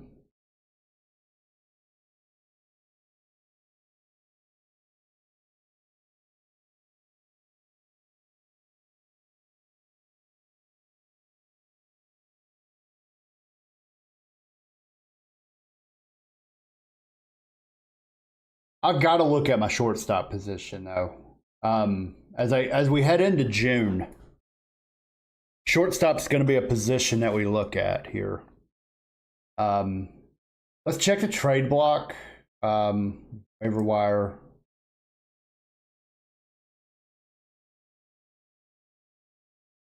We could make a move for Sergio Alcantara. I think the issue isn't he is basically replacement level, but he's given us defense and the ability to get on first base. He does have a pretty decent, mind you, 287 on base. Not great, considering what his batting average is. But his batted ball rates are abysmal. Considering that I'm having issues offensively in corner outfield, I got to find some offense. I don't think Kalen Culpepper will provide that offense, fortunately. Even though he's got pretty good offensive numbers. He's also a better second baseman than How has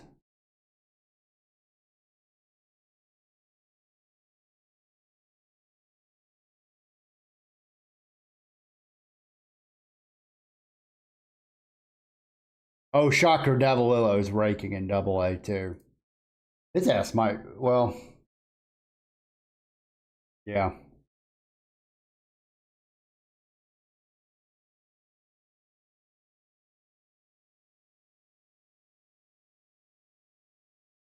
We'll look at that in a little more depth at the beginning of the month. But how's Merrick, close as Merrick Houston? Not very close.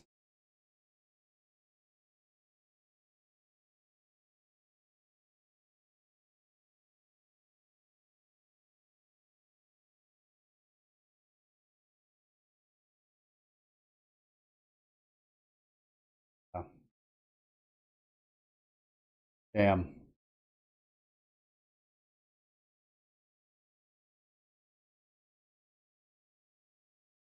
What about Ben Rock? Playing, nope, he's a platoon guy through and through. Tanner Schobel? Why the fuck is he playing shortstop?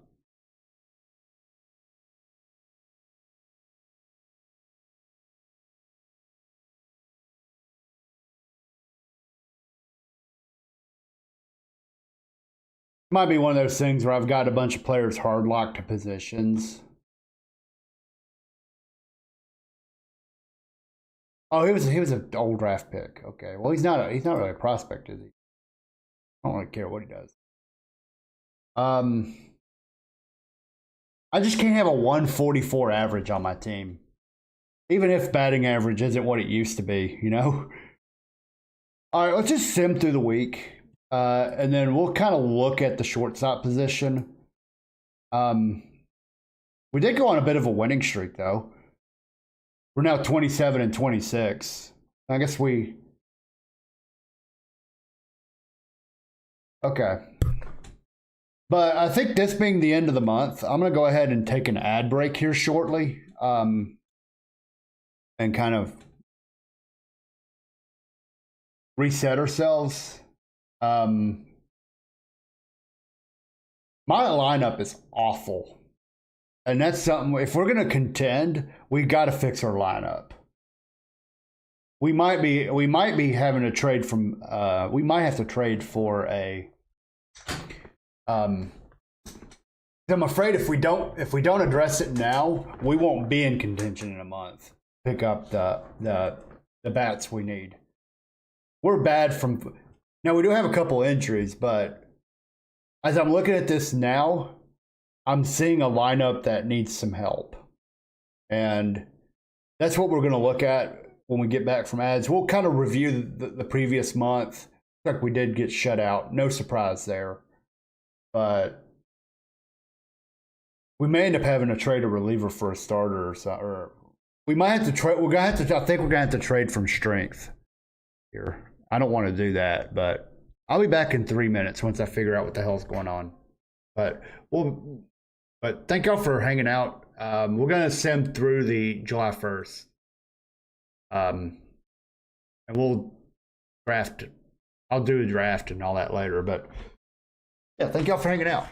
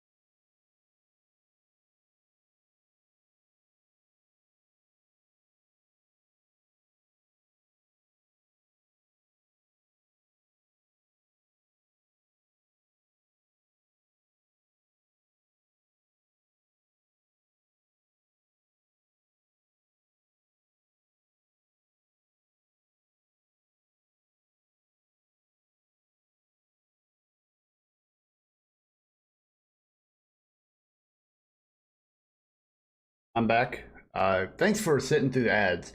All right, so we can review the month of June by saying we went 13 and 13. So we basically maintained from the previous month. We're 2 games out of the division. As I look at this team, we're 4th in ERA, 3rd in runs allowed, 4th in hits allowed, 4th in opponents' batting average, 4th in BABIP, 9th in home runs allowed. We're 3rd in zone rating, so we're and 1st in errors. I'm in a weird spot. We're middle of the pack in slugging percentage, which is helping our offense be 11th overall instead of. We're 12th in on base, 15th in batting average. So it's an interesting look at where we're at because as I look at the lineup, right? You look at the lineup, right? Wallner, Jenkins, Suarez, and Cruz are the only ones who are hitting. We might have to do some sacrificing.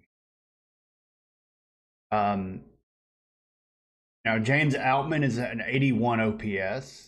Now let's take a look at that as it pertains to his splits. What I want to do is compare Outman's splits against righties against just. I think the issue is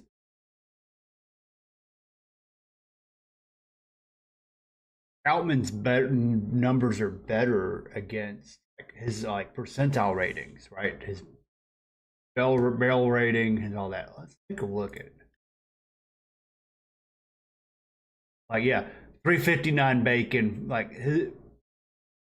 It seems like his advanced metrics are good.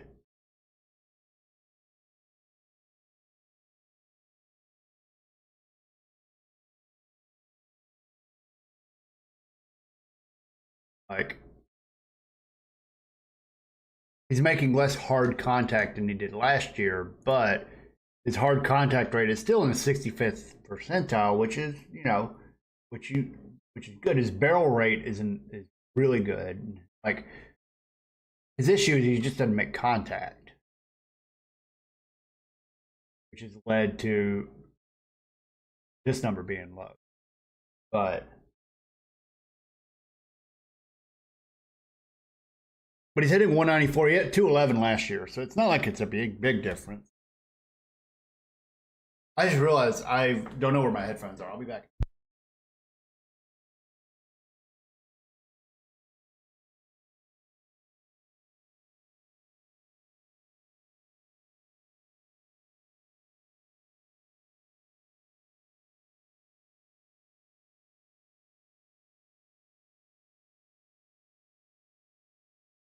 Got some stuff in the mail today, and I just got it.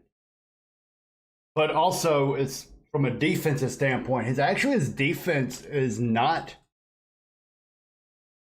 out of this world or anything, but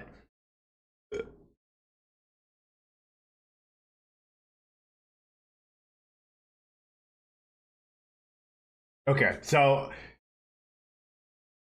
we're done talking about Dylan Cruz's playing against righties. He's a platoon guy.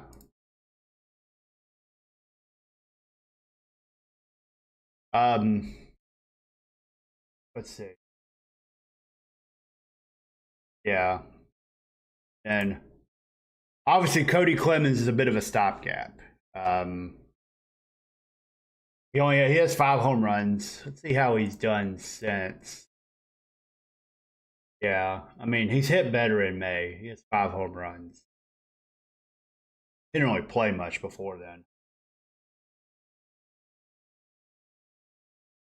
How has Campbell done? Not great. So, no home runs, no RBI, but he's only had 30 plate appearances. But we understand that is a short term.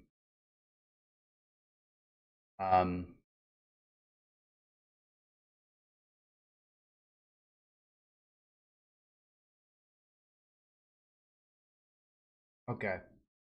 I do see another issue I'm having. That's Brooks Lee against lefties. He's my primary. So, how has Walker Jenkins done against? I'm checking splits. 400 and I might make him permanent. How are his ratings? He doesn't lose any of his core skills.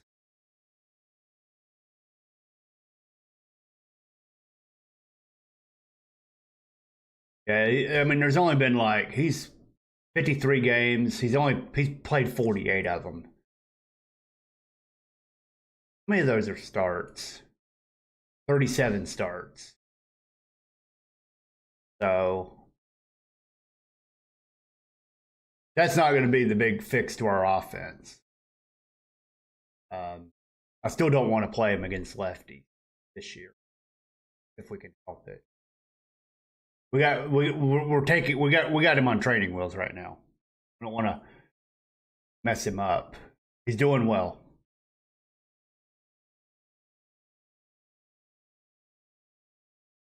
He's doing well. I don't want to mess him up by making him play every day. But the problem becomes is I don't have. It's not going to be Campbell. He actually. Oh wait. Yeah. He's 4 for 12 against lefties, 2 for 16 against righties. He have reverse split ratings. So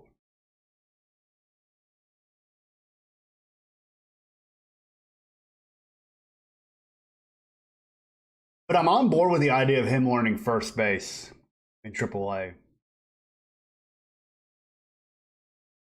He's not a good defender anywhere.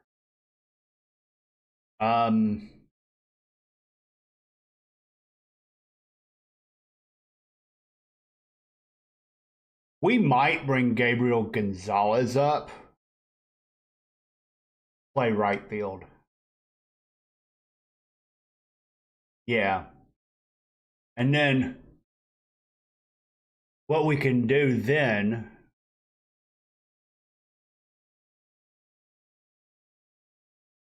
even Culpepper's he's playing better, but he's not quite ready. Well, neither is Gonzalez. Gabriel Gonzalez will at least give me something.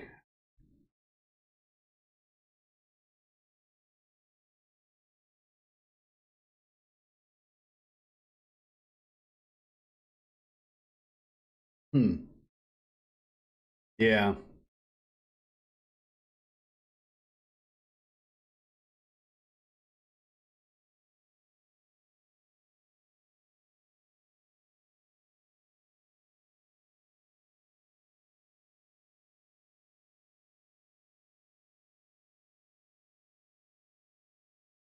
I want to see something.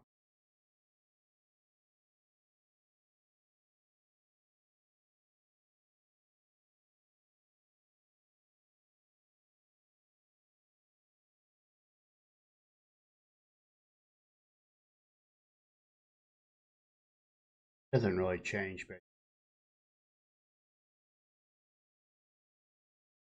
all right. I think I might bring Culpepper back. He's a 50 overall at third. And then what I will do is here's what we're going to do. We're going to make 2 moves. Okay? Yeah, we're going to make 2 moves. There's a couple of experiments that aren't working right now, and we're going to resolve those. So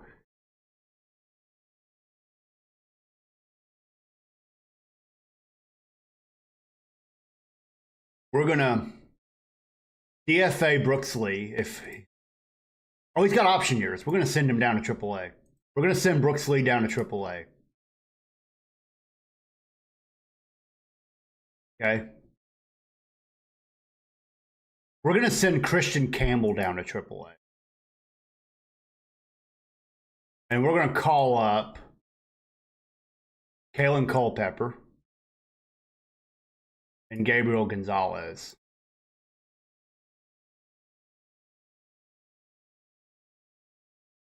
Okay. By the way, Davalillo, breaking. Still, we're going to take a look at that in a minute. And then now what we're going to do is go to our big league team with that in order. Against lefties, Gabriel Gonzalez will hit in right field. And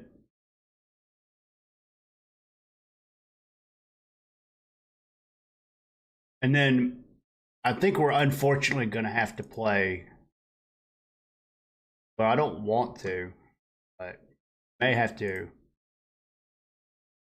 Again, a temporary measure.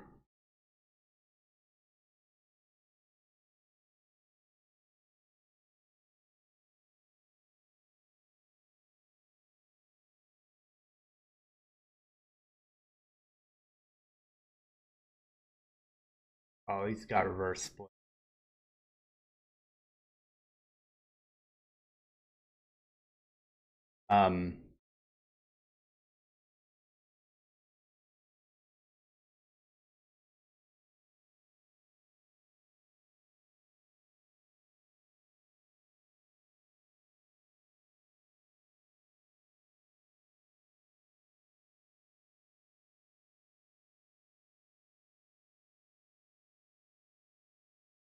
Warner's not a good first baseman.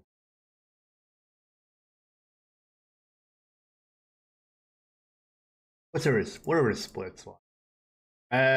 He doesn't lose too much, so we'll just play him against lefties.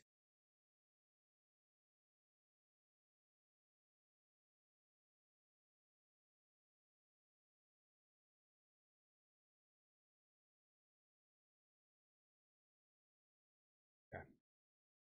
And then the other thing I'm gonna do is I want to see this. I just need to see his splits. Is there okay, so he can play against lefties. It's gonna be weird to do a same side platoon.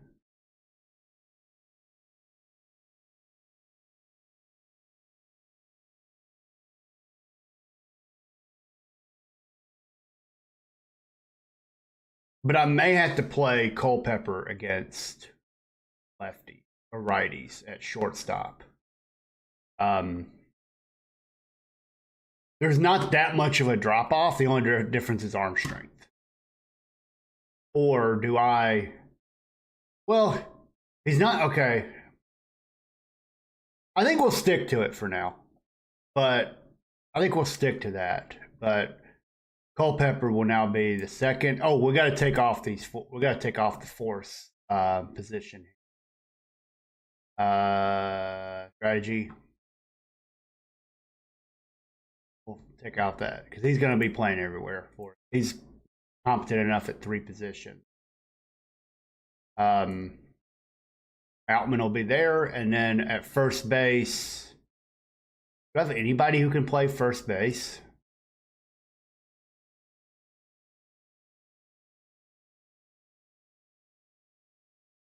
Heineman can play a little first.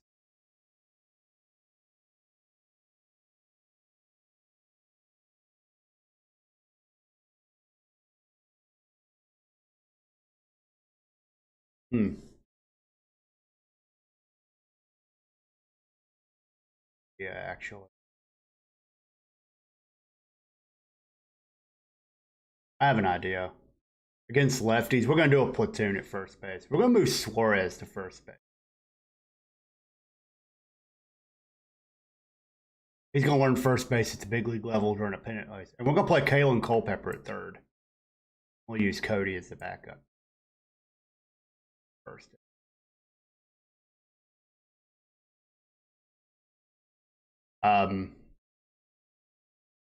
Here we'll use Kalen Culpepper at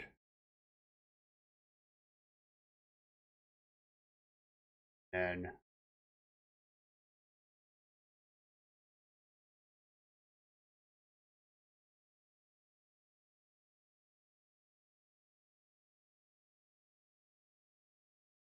no.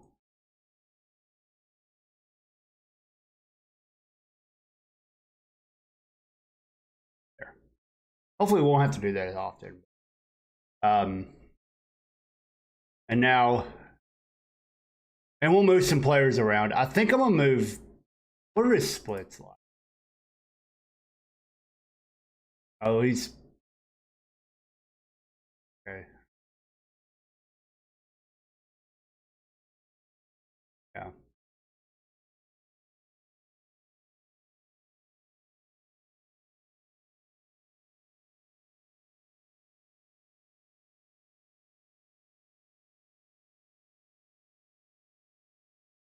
Yeah. I think this is going to be the move for now. Hopefully, how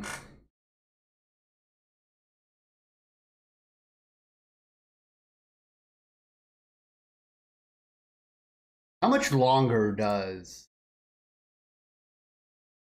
Okay, he's still got a couple weeks. He's not going to be back probably till the first week of July at the earliest. Culpepper or Campbell just like it wasn't working. Oh, I am going to do this though. I am going to do this. He's learning first base.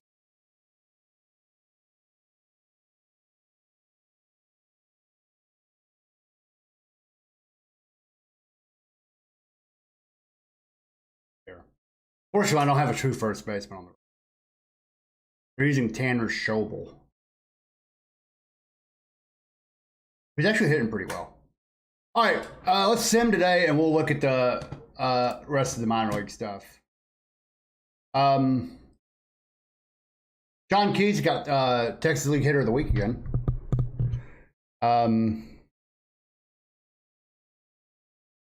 He is absolutely raking in double in the Texas League. 158 OPS, 16 bombs. Well, his power is pretty developed. That's pretty much what it is.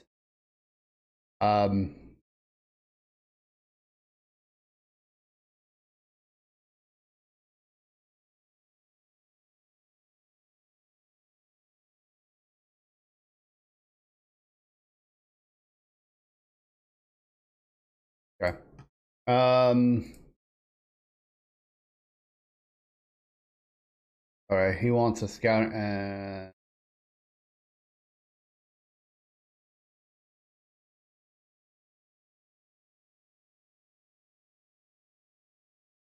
okay, so Pablo Lopez has a dead arm. Not really shocking if all that surprising. We probably should have left him down to let him get the dead arm in the minor leagues, but that's fine.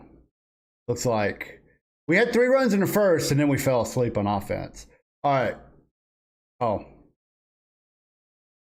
Oh, we got Grant Holmes. I'm going to go ahead and send him down to triple. Buddy, you are not a big league player. Shut the fuck up. You have a 7 ERA. Get on out of here with that shit. We could use him in a trade. Oh.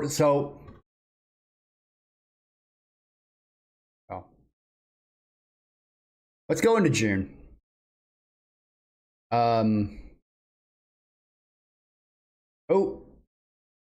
Clayton Beater is going to be out a few days. I think we can absorb that for a few days. So we're at June 1st. We're at 27 and 27. Davalillo and James Elwanger.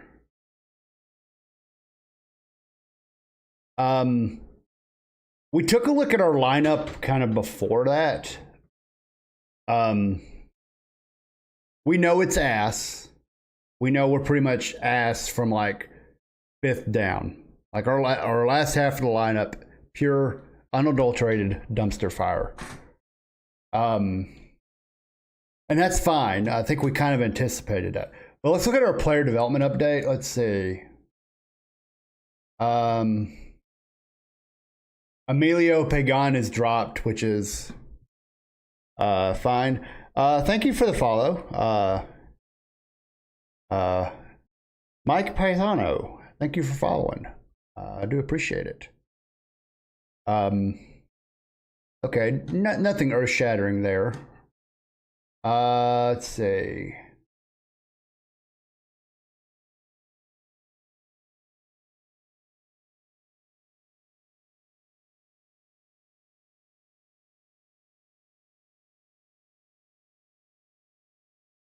Kyle DeBarge has reached his potential. And there's not much there.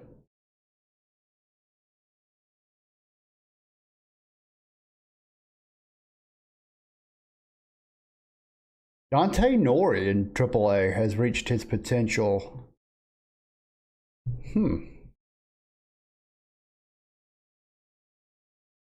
All defense, no offense.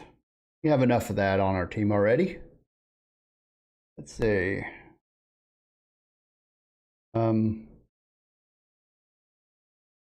We saw that Elwanger has developed pretty well and AA so far. He went from rookie ball to AA, and he's acclimated himself very well to that league. One of the players we've been wanted to keep an eye on has we got a report on him. He's now a 40 overall. All his metrics are good. 10 starts, 9 Ks. Everything looks good here. If he's ready, I might give him a promotion to AAA.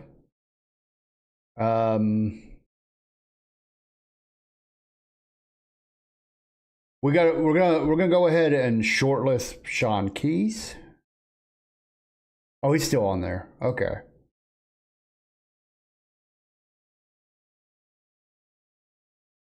But I'm wondering if he's someone that needs to be brought up because he had a big month. Let's see. Devin Saltaban had.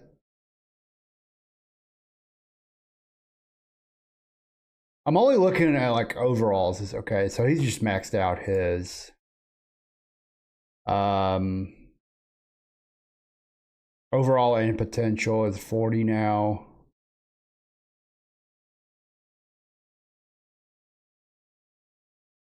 Okay.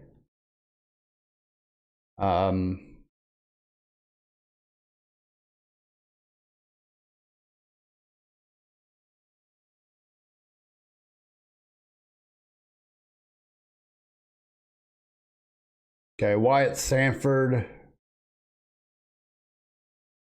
is a 40 overall now.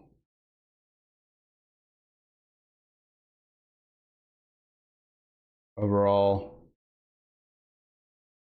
He's a 45 overall.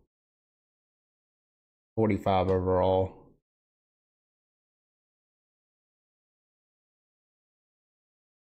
He's shortlisted. We'll add him to shortlist and go to strategy.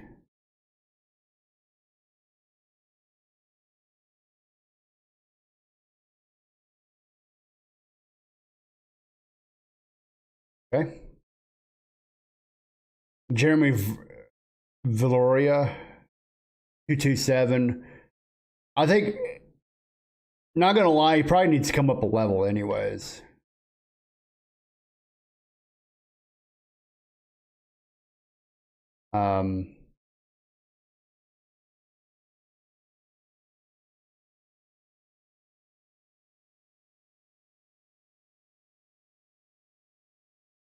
Okay. All right, so we added 1 to it. Let's go ahead and take a look at the short list. See if I need to take anybody off of it.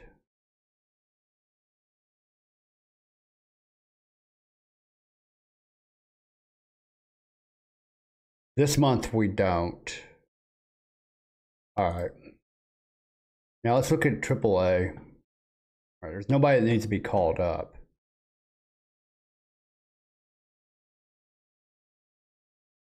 So we're going to send Christian Campbell down to learn a new position. How's Austin Martin doing?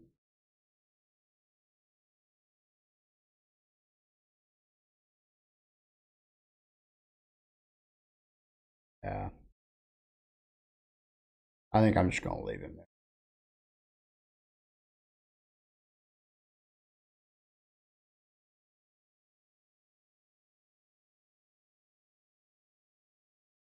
All right. Let's look at this.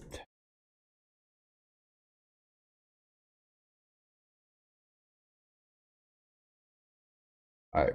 Nobody quite ready yet. I mean, Davalillo might be the most ready of these, but I'm a slow roll his development a little bit.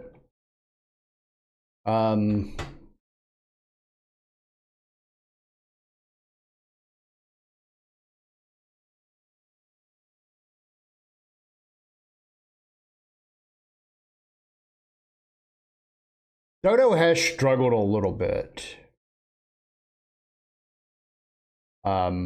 with walks.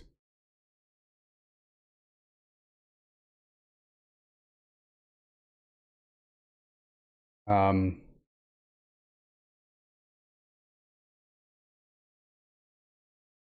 right.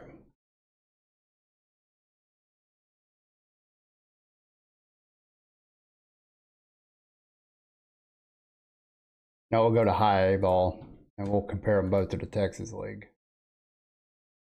We're going to call Wyatt Sanford up. We're going to go ahead and call Wyatt Sanford up. He's raking and hot. I just want to make sure he's not blocking anyone in Double A, middle infield wise. Not really. He wouldn't be blocking Merrick. Okay.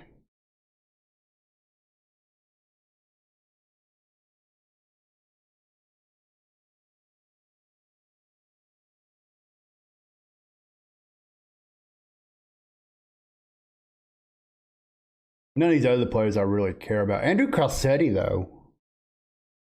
Yeah, he's doing okay. We'll leave him there. He's not really a prospect. We got to have good players on the roster, you know. It can't all be. Okay. Oh, this is relative to Double A.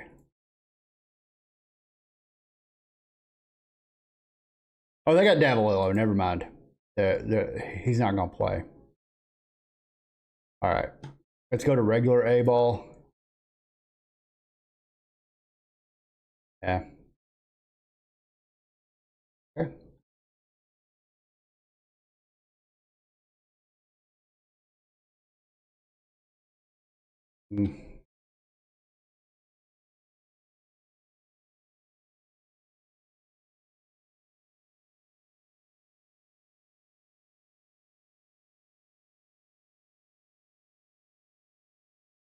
All right. So the only players that, I mean, some of these guys that are kind of old for their level.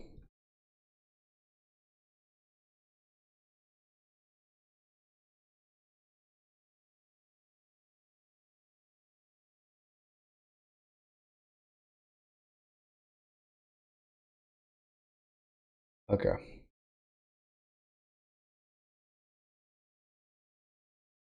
All right.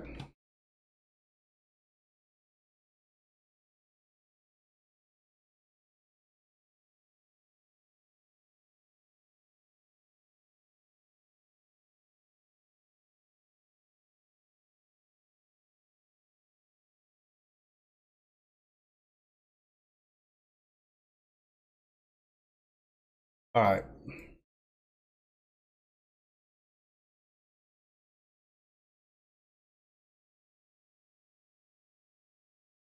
So we're making our Double A team better, I guess, because we called up Wyatt Sanford now.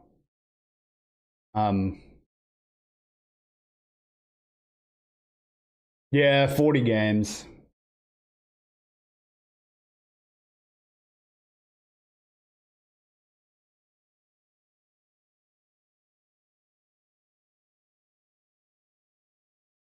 Okay. So we made some moves. Obviously, didn't have much going on here with the two players we just brought up. Um,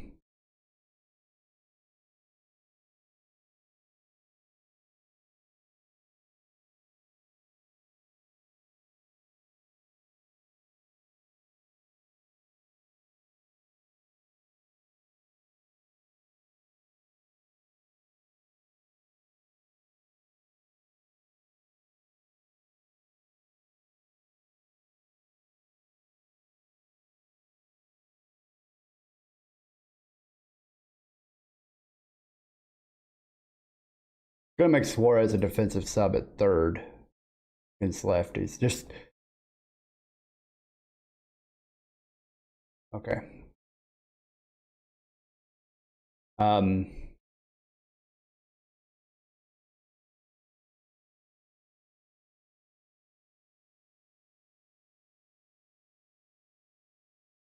all right, I think what we should just do is just hold on to our butts a little bit and just hope that the fact that we're in a weak division, because we're actually tied for the wild card spot too, y'all. So, um, I am going to take a quick look, and I'm probably going to look at this a little more at the waiver wire. Um, do I really think? Well, see, here's the issue. It's not like, yeah, Nick Allen wouldn't improve my team over what I have.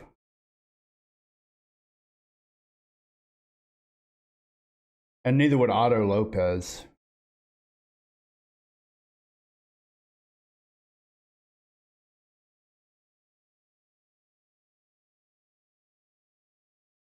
Zach Littell, though, would he improve my rotation? No, well, I think the big thing with my rotation is having Pablo Lopez in the rotation will help.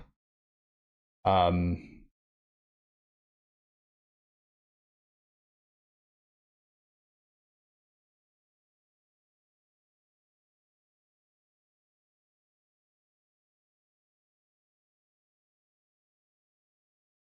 there.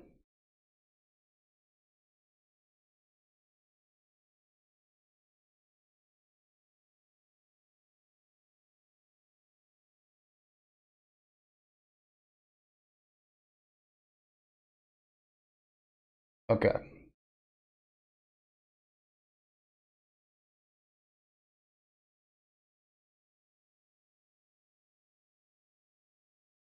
But I'm gonna look. I looked at the waiver wire. Let's look at the trade block.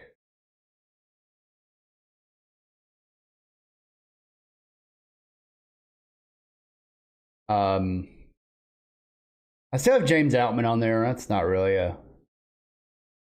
Yeah, there's not much here. Um, Benintendi's still there.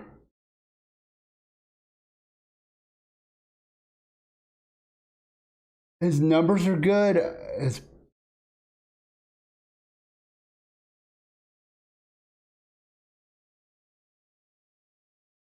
I just don't think he brings a whole lot to the table for me. Not for that salary. I'd have to. I don't think he's someone I want to bring in.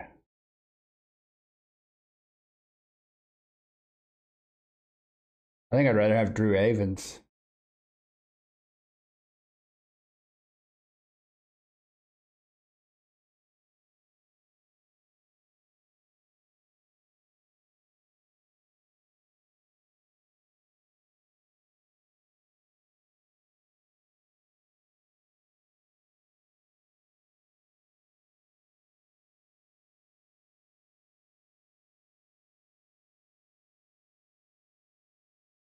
Hmm.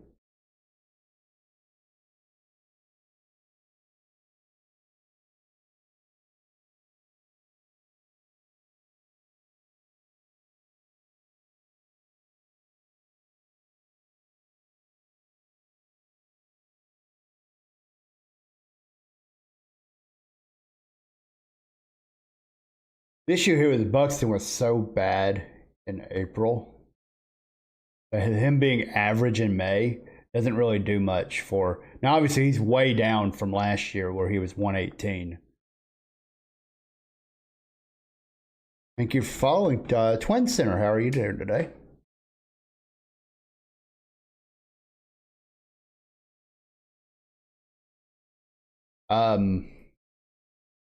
One of these days, I'm going to remember to get a sound alert for that follow. I gotta find one. Looks like we dropped some frames too. Okay, so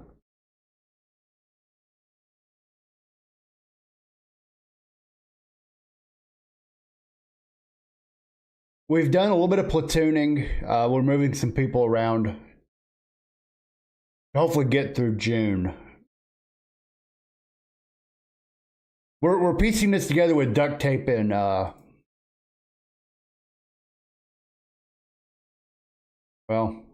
what did Culpepper do? During the Twins-Tigers game, Kalen Paul Culpepper threw a temper tantrum protesting a third strike. That's all he did? Did he...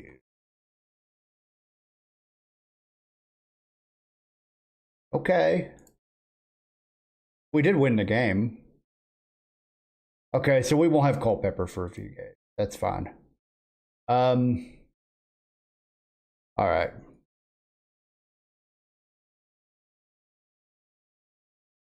All right, so we've got some players promoted to the international complex.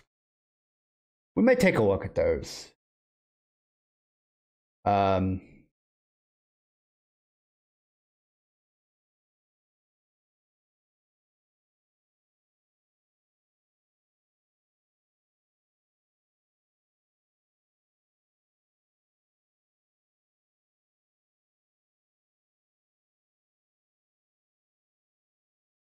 I don't think anybody in my Dominican League I had shortlisted as prospects. I did have one, but he's not here. Let me look at that real quick. I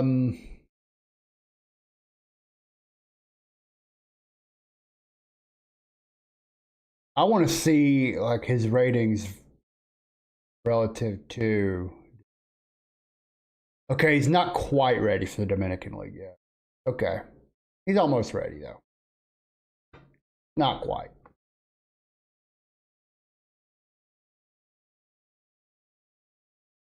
Okay. Oh.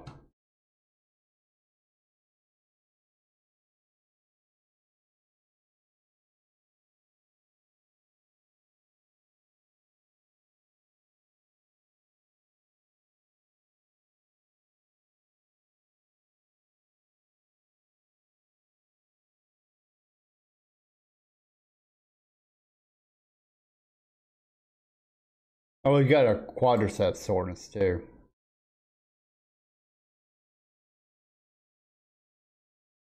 Oh, that's Christian Campbell. Never mind. He hurt his quad.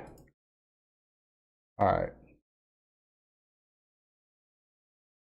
Yeah, so we got 1 to 2 more weeks. Andrew Morris is also someone we can probably, well, he was nothing more than a swing guy. So Keyshaw is about our only option. Oh, by the way, we're at June 7th, and Byron Buxton has not gotten hurt this year. I think that's a good thing. All right.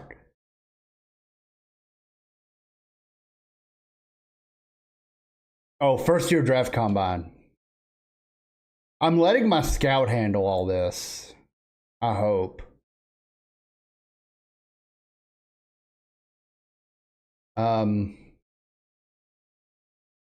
There.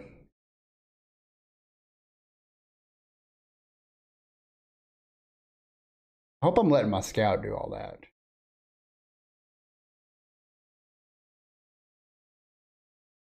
Okay. Ooh. Easton Autry, who he was one of our draft picks from last year. Hit for the cycle. In 308 in rookie ball. Good job. He ready to go up a level?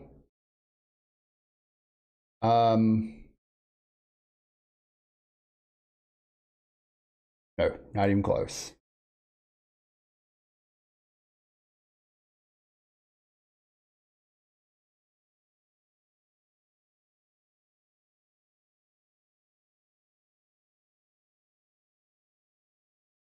Okay.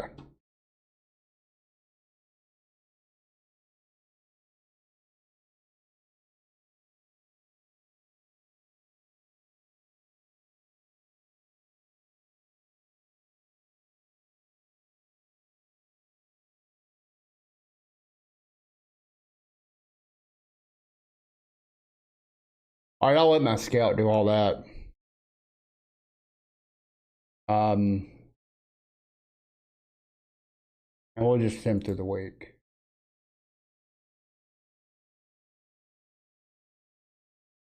Gabriel Gonzalez out 5 weeks. Well, okay, so there went that option.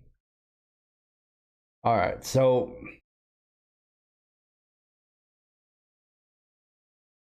I kind of don't want to call up Campbell. Well, he's already a 55 at first base, so he's taken to first base pretty well. And it hasn't really affected its offense. Go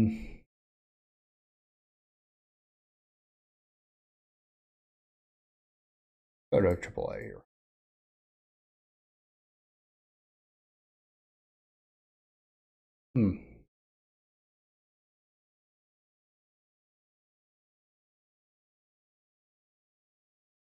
Was it all bad? Let's look at his splits.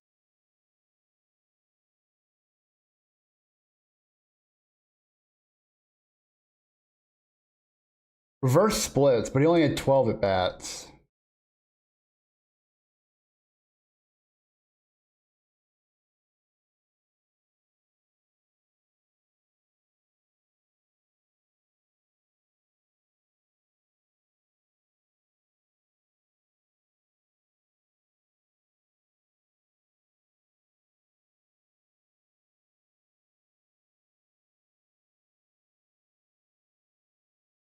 I'm gonna go to the waiver wire, see what's there. Nolan Jones is the only option, and honestly, he's not good. But the trade block.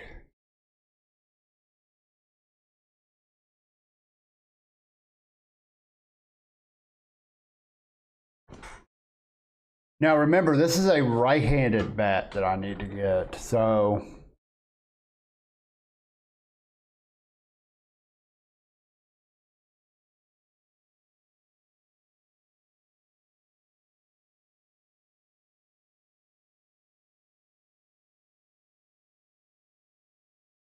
Oscar Mercado.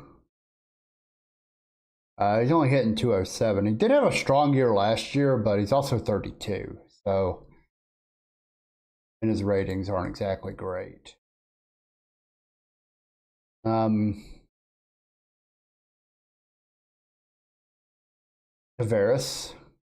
Kind of the same thing, right? Well, he was bad last. Yeah, he was just bad across the board. Okay.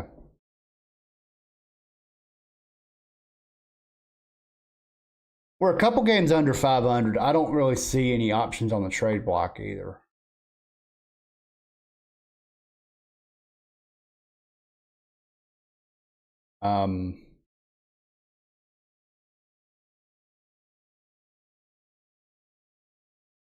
Yeah, he's an infielder. He wouldn't really help me too much either. This is great. Love this. All right. I don't have an obvious option here. So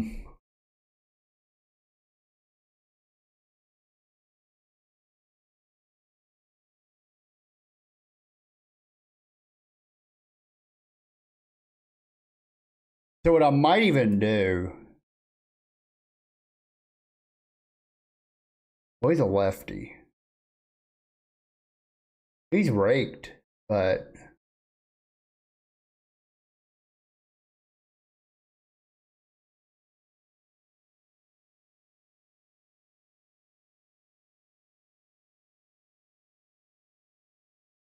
Oh, he's a left-handed bat. Well, crap. He wouldn't even provide. Okay. Let's see what's down in Double A. We might make.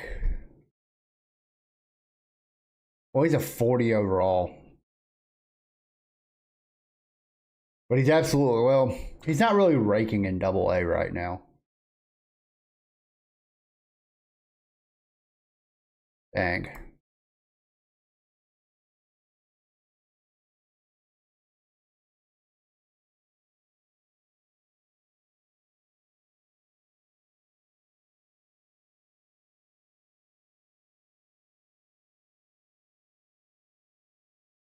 Ah, he's a lefty. Darn it.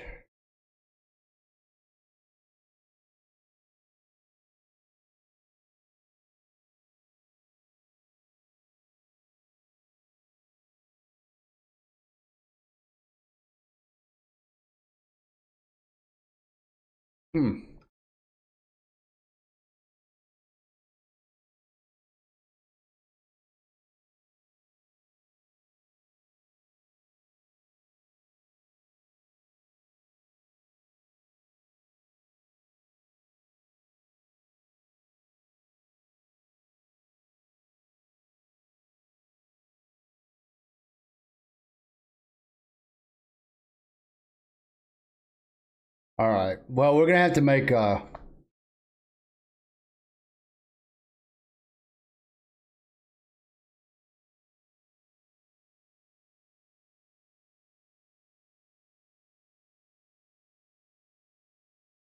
think I'm just going to go ahead and bring back Campbell.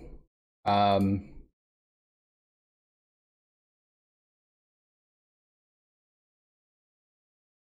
then we'll just put him in the lineup.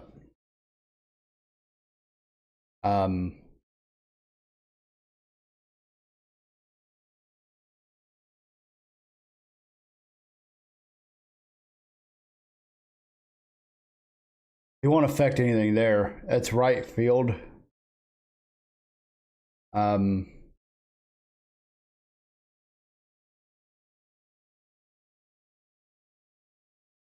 the way, how's Suarez? He played any at first? Yeah.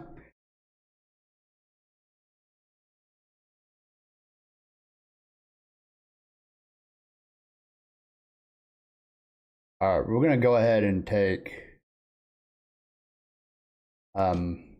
fourth play off there, and he's gonna play. Can Cruz play right? Yeah, he's just as good in right. Hit the Campbell's only gonna get to a 55, 50, 55. Okay. I think I'm going to put the better glove in right. So against lefties, I'm just going to slide Dylan Cruz to right. And we'll put Campbell in left.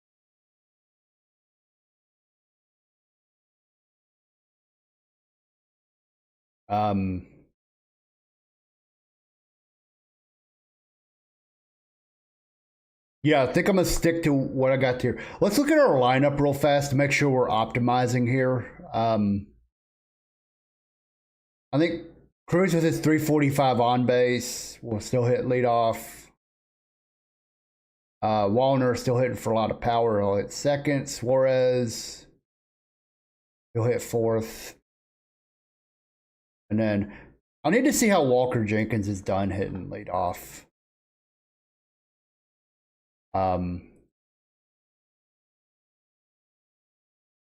He's starting to struggle a little bit. Well, okay, 20 bad plate appearances. Okay, we won't. How is he doing hitting leadoff? 330 on base. That's not terrible.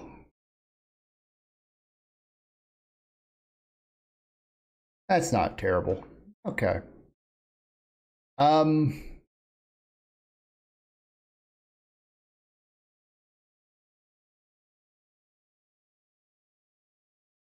Oh, by the way, I hadn't even looked at it in a while, but because I've kind of turned my pitching brain off a little bit, but looks like Ian Hamilton, after a rough start, has calmed down a little bit. But even Mick Abel's done well. We kind of limited his usage. But everybody in the pen is pitching well. The rotation been hit or miss.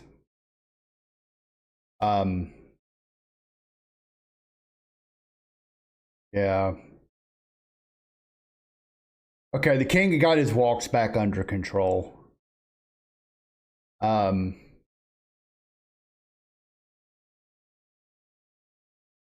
strikeouts have come way down since.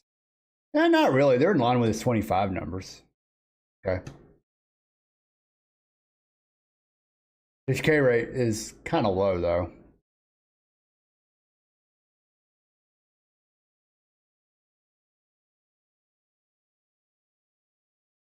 I really got to see how fast Hikaru develops. He's at a 1.43 ERA plus in 60 innings. Hopefully he gets developed. Hopefully all these guys develop quick, but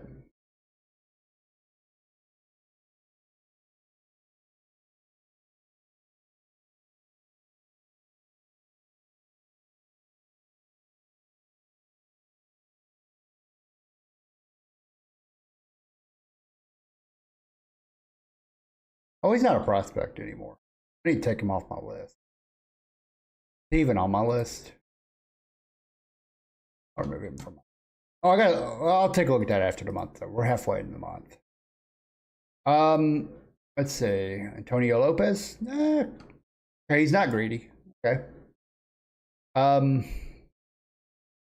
We're 31-33. We're now 4 games out of the division, so we are falling behind a little bit. Detroit is starting to pull away. We're 2.5 games out of the wild card. I'm kind of in that gray area where I don't even know if I want to contend or not. We'll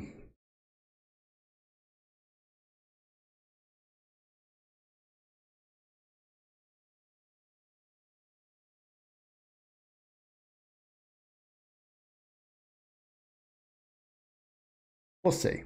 Okay. 31-34. We're actually down in 4th place just because a bunch of mediocre teams. Honestly, I think that we're about where we're supposed to be honest. We're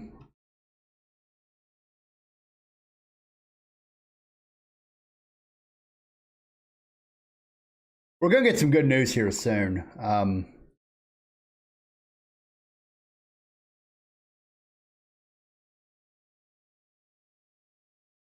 Well, maybe not. Maybe not.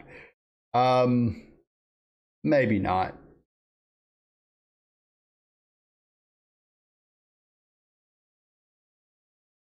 I might make some trades. I think I'm gonna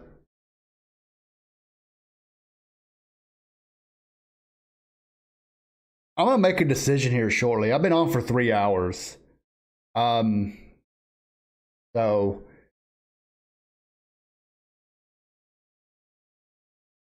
we're about to hit up an ad break. So I'm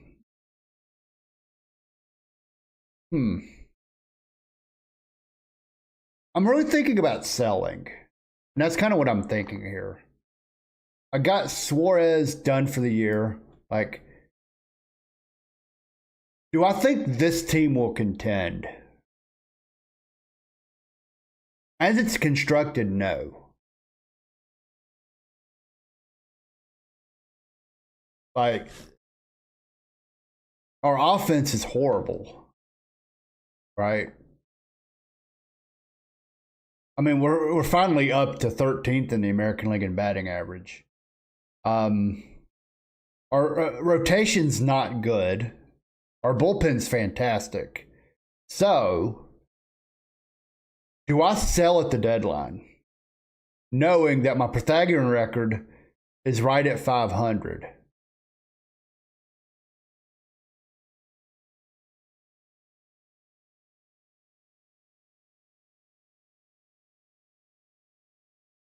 I'm not buying. Like, we're 4th in the American League in home runs, which makes no sense.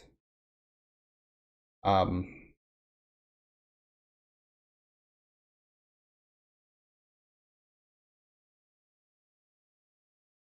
Our weighted on base is 8th.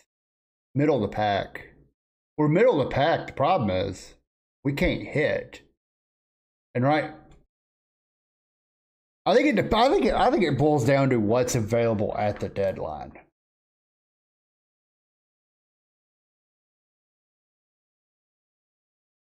We're actually terrible at home.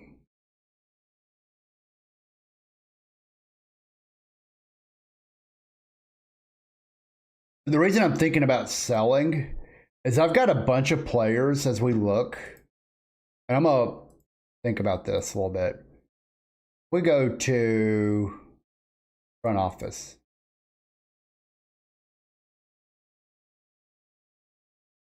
Lopez is a free agent. He's only made 3 starts, but and he's actually got normal injury proneness. But like Emilio Pagan, Evan Phillips, Grant Holmes, even if I could get something for him, probably not.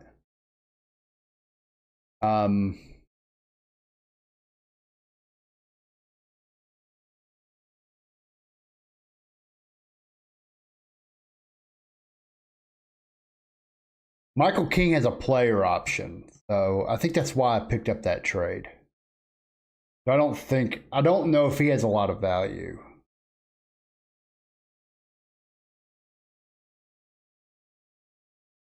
He's pitching about as well as he did last year. Okay, that break's over.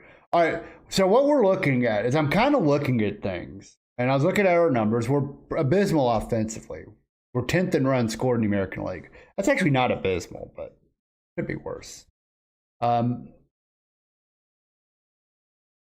If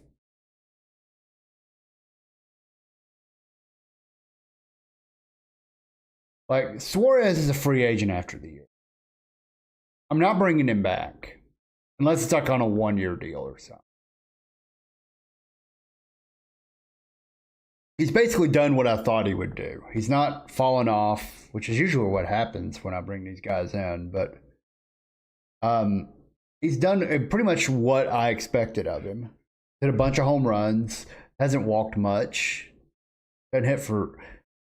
His average is pretty good, but he strikes out a ton. I do have a lot of high strikeout guys. That's why my strikeouts are so high. Weird, we can't hit for average, but we strike out a lot. We're a one true outcome team. Pablo Lopez is another one I could kind of look at. He didn't pitch at all last year. He's only made 3 starts, so there's not really a lot of data to work from there.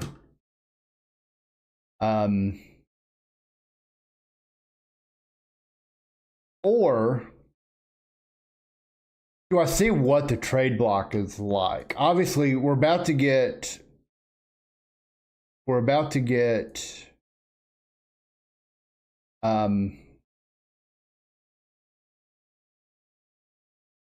we could have probably traded for him. Well, he's not been great. Yeah. Well, his numbers aren't great.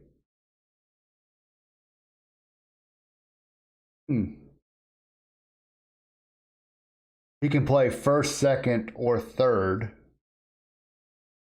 But I'm about to get my first baseman back, so.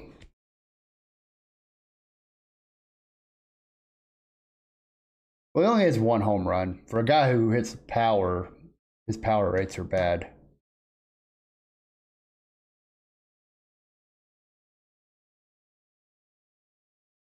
Willie Castro, abysmal batting numbers. He's not really, he's a gap power guy. Perfect for Coors Field, but he hasn't been great for.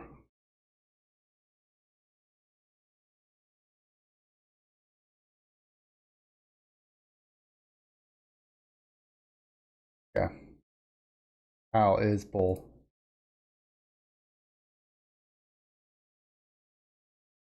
He's not an offensive guy either, but he's out.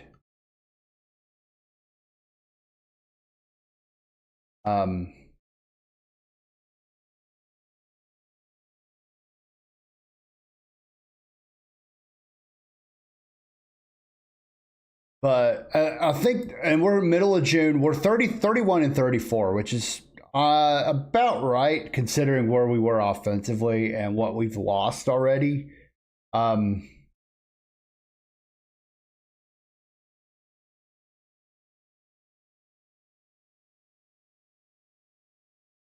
Things are going about the way I expected them to. I think he's about to be out for a while. He's got a shoulder injury. So, he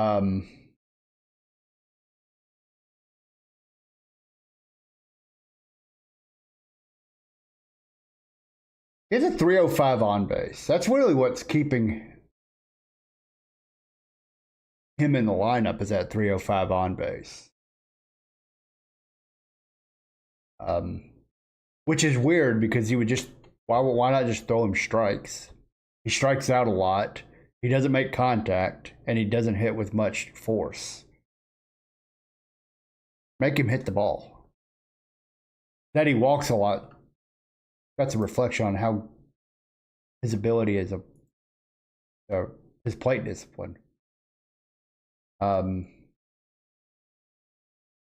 Unfortunately, though, I've got Byron Buxton hitting 170. And one of the oddest. How's he doing in June? Like he's getting better as the season goes along, but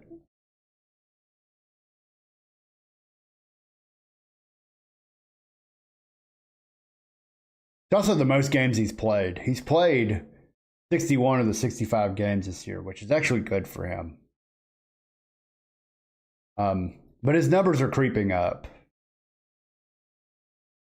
If we can get our guys back, that's kind of what I'm. But I just, it's not like we're 3 games out of the wild card.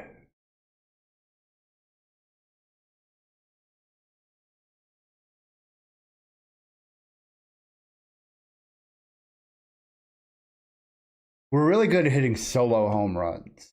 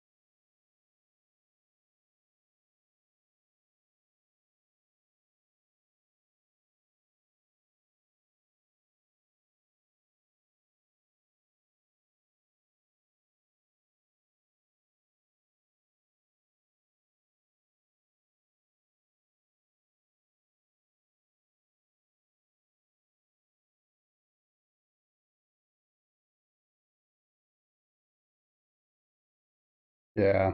Okay. That doesn't really tell me anything new.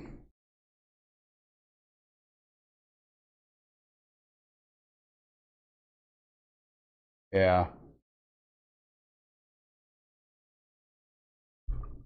It's not like there's anybody greatly outperforming their WR or OPS.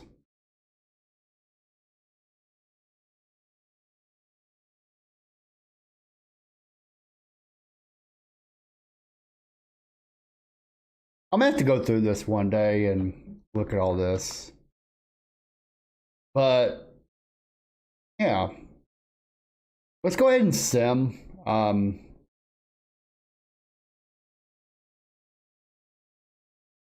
Okay, yeah, he's out 4 months. So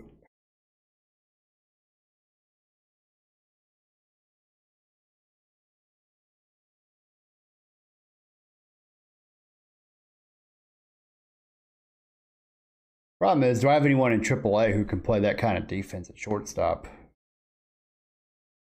Um,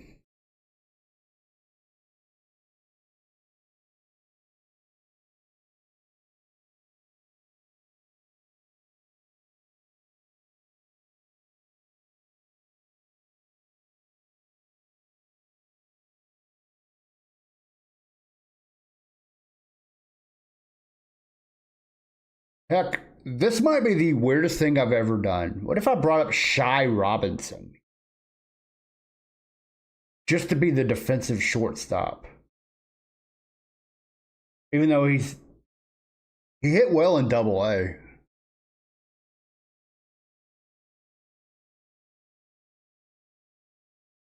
Unfortunately, he wouldn't bring anything to the table, but yeah.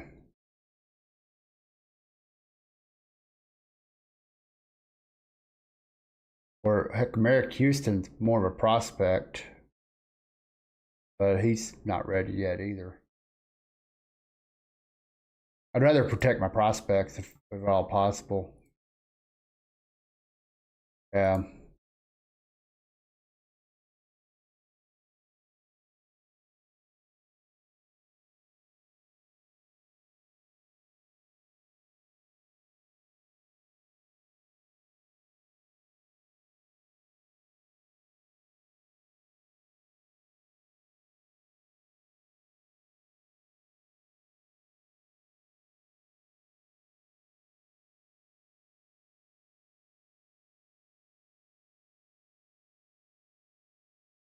There's not like an obvious candidate.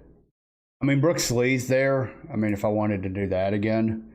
Didn't this guy get hurt last year? Yeah, he did. Maybe we just bring back Brooks Lee. But he's hitting 212. Well, he's hitting 212, but only 10 games. He's barely playing. I wouldn't put him in right field either. He actually played, well, I was going to say he actually played better, but he's hitting 820 OPS, so he's had a couple home runs.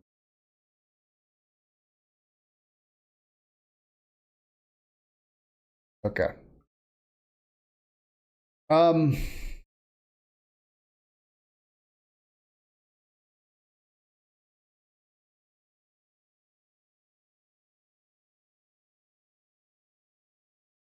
yeah.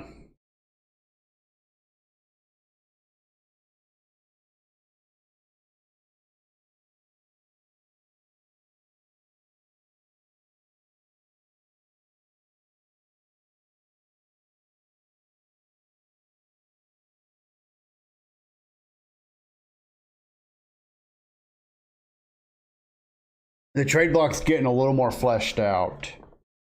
Can he play short? Not really.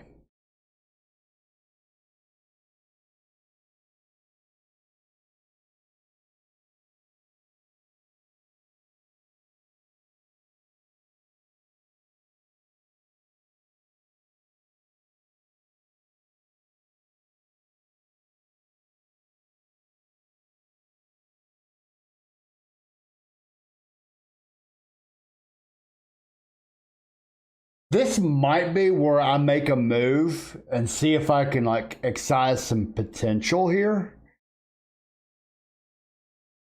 and trade for Luis Garcia. See if he's got anything left for me. But he hasn't been good in 3 years. So it's not like.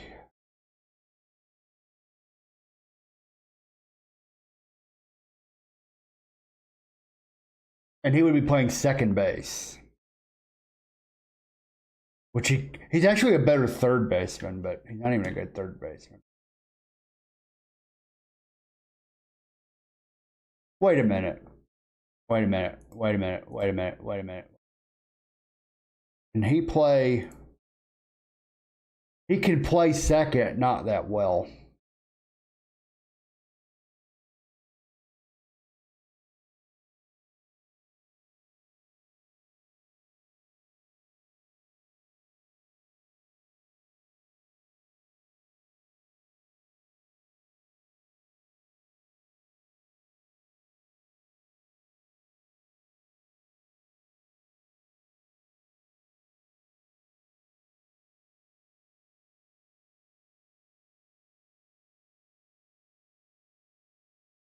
Okay. Uh,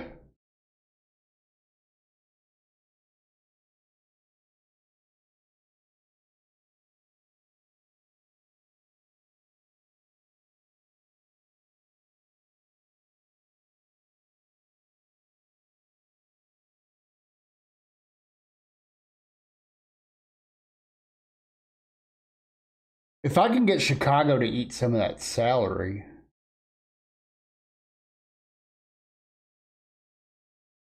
Problem is, I don't really have. I would have to move someone out of the outfield. Yeah, that doesn't make a lot. That trade doesn't make a lot of sense. Here, let me see.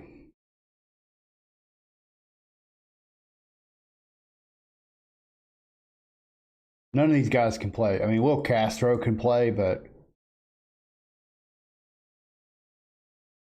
he doesn't really bring anything to the table.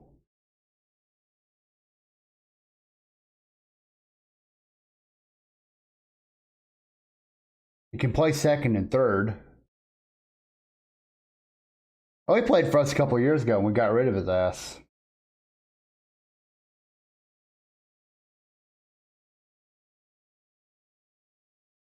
Yeah, 108 OPS plus, 24 and 25.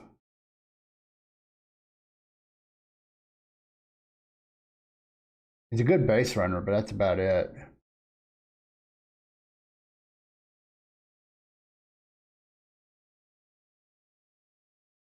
Hmm. Yeah.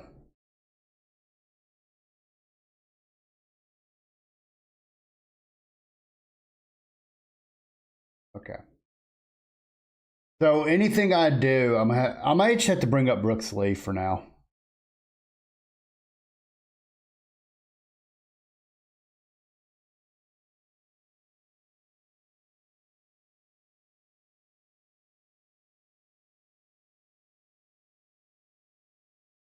Okay. Now let's look at our lineup.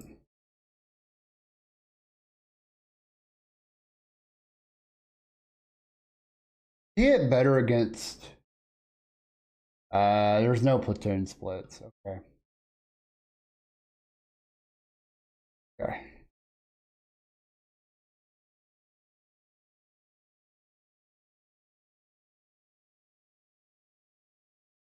All right. Brooks Lee will play shortstop there.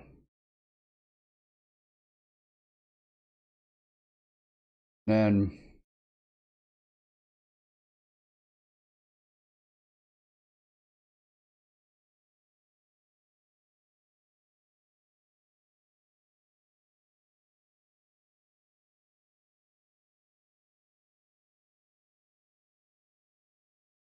I will say some of his numbers are pretty good.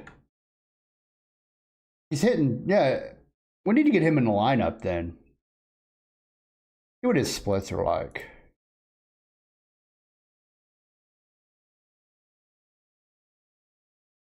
Yeah, okay.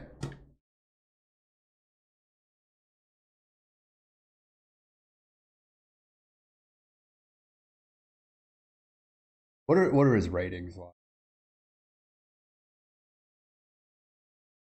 Not no like not great platoon splits. I mean, he makes a little more contact against lefties, but his BABIP is the same and his gap power. He has a little more power against lefties.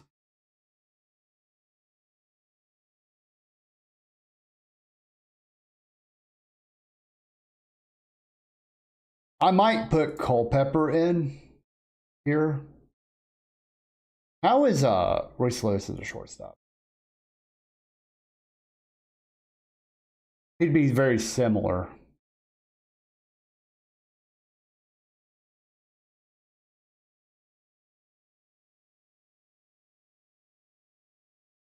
He'd be very similar. Okay.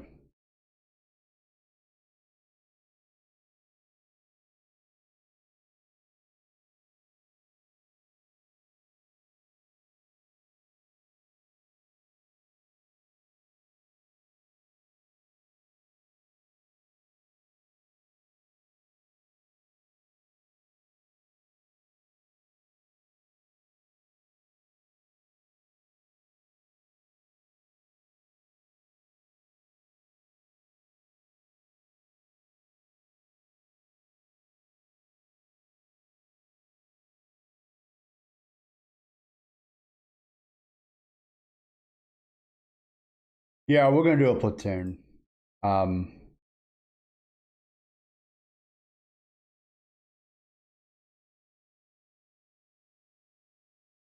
well, we're already doing a platoon. Well, shit. Well,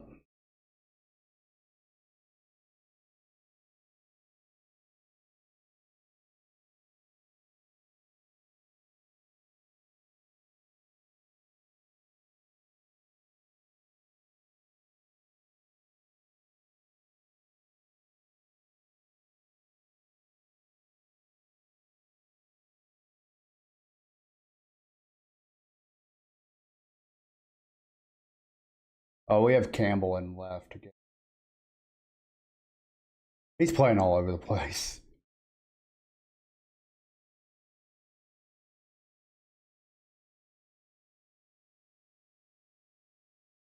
Okay.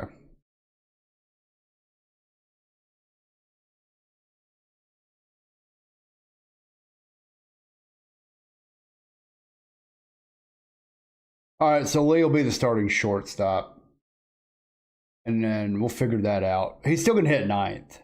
I don't. There's no reason to move him off ninth. Um, actually, there is a reason. There is a reason. Yep. There.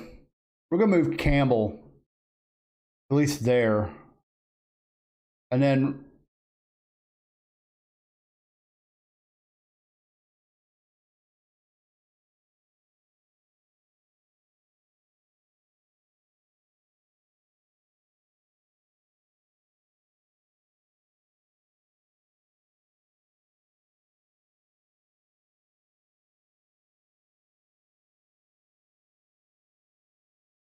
this is kind of the pitcher hitting eighth argument, right?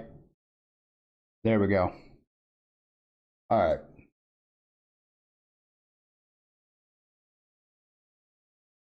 All right. It'll improve our lineup. We'll get a little worse defensively, but not terribly. Um,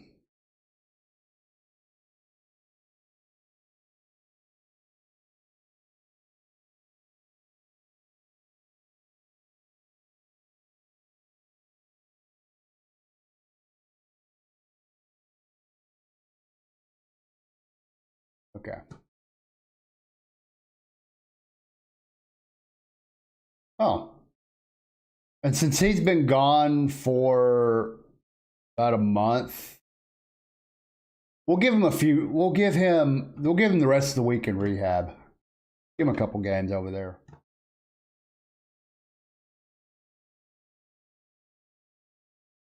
We'll send him to rehab for a few days. And then when he comes back, we'll send Campbell down again. Actually, no, we'll probably have to think about this one. It might be Brooks Lee again, and then we'll just have to roll with Culpepper at shortstop. I'll have to think about that one. Oh, we found a 16-year-old starting pitcher, Jose Ramos, with a 35 potential. Not much going on there. All right, let's just go ahead and go next week. Okay, we're holding. We're definitely holding.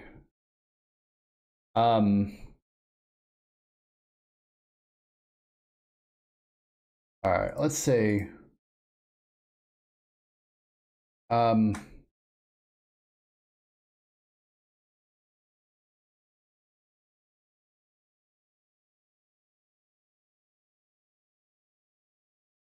okay. Yeah, he played 5 games. That's more than enough. All right, we got to send someone down, unfortunately. And who do I send down, though?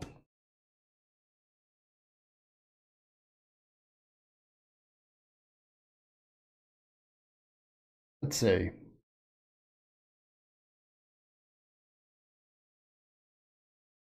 How many outfielders do I have? Because I think that'll. We can just go to. Uh,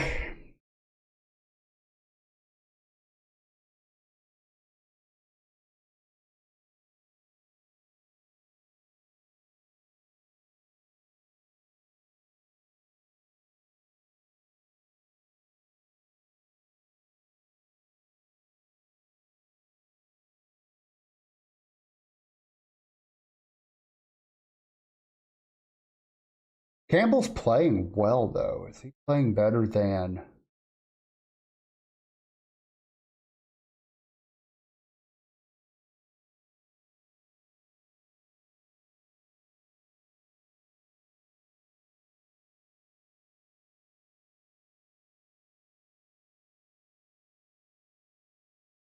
Huh.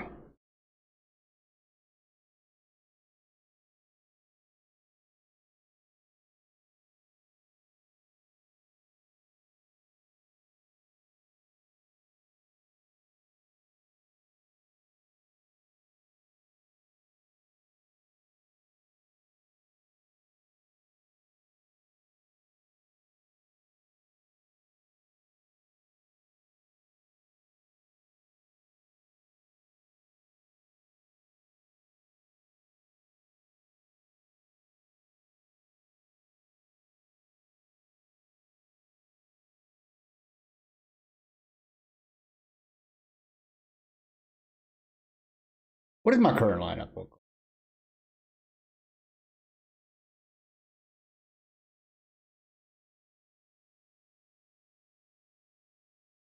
Oh, I'm running a kind of a suboptimal lineup there, so I would move.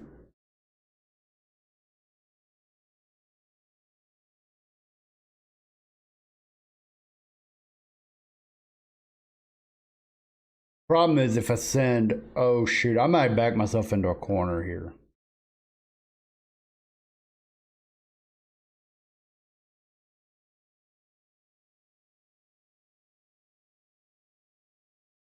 Yeah, I've kind of backed myself. Well,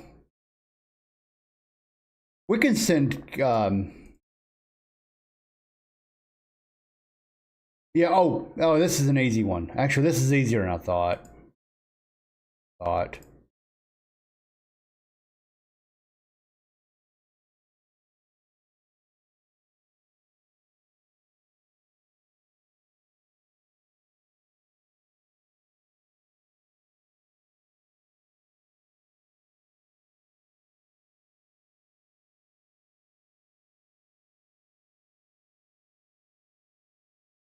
Now, what we can do is maybe move Campbell for Lee later, but unfortunately, with his ability to play shortstop, I'm going to have to roll with this a little bit. So let's go to our lineups. Obviously, he will go back to hitting here. I do feel like we need Cody Clemens bat in the lineup.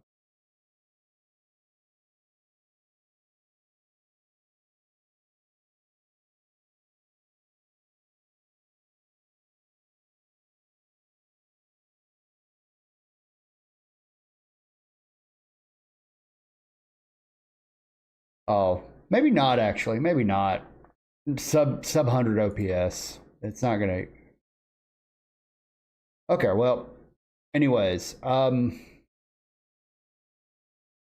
be an easy one for one. So he's not gonna.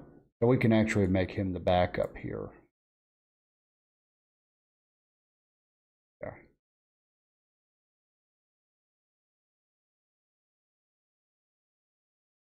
Yeah.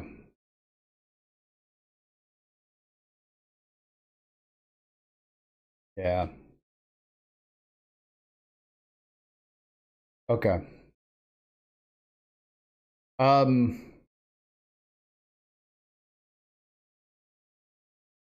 then against lefties. Oh, I see why I made that move.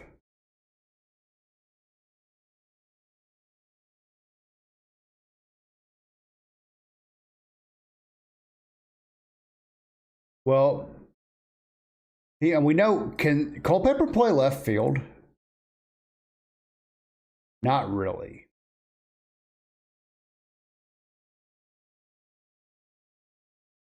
That's why I made that move with, okay. Can Wallner play anything?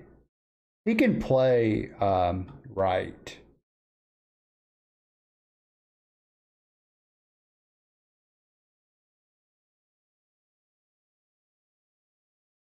So what we'll do is we'll make Suarez the DH,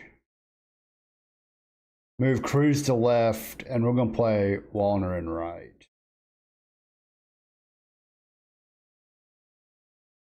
That I'll put all back. Now we got to make some lineup adjustments. So we're gonna hit Keyshaw back to lead off. Okay. Wallner second, Suarez third, Jenkins fifth, I think. Let me look. Um,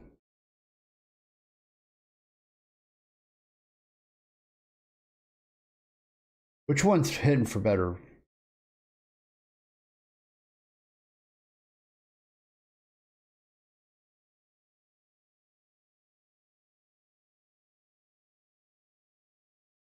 Let's hit Jenkins third.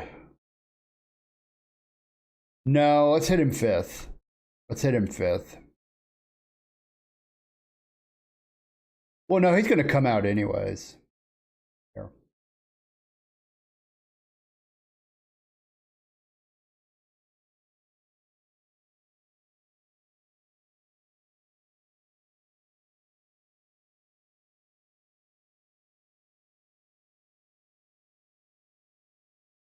Yeah.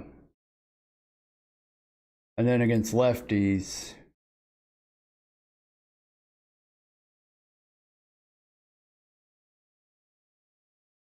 There.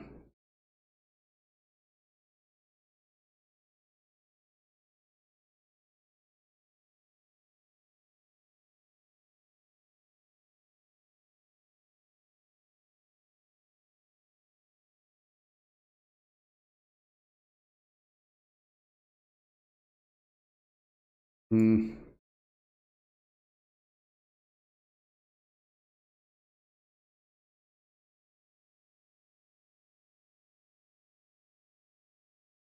There. I don't think there's a great option there, but that's, you got to play the hand you're dealt sometimes, and that's the hand I'm dealt here. Okay.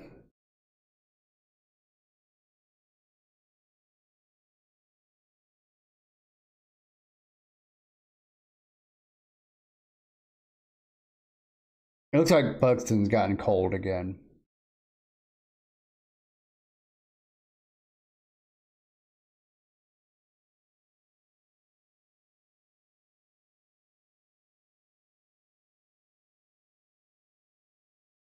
Okay.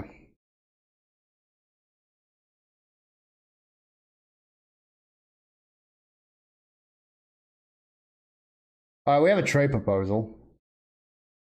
Um,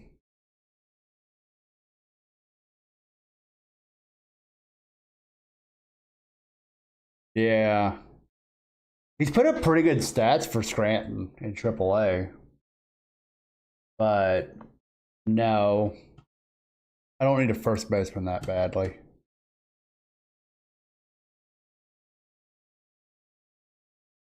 All right. Okay, Cruz is out for 5 days.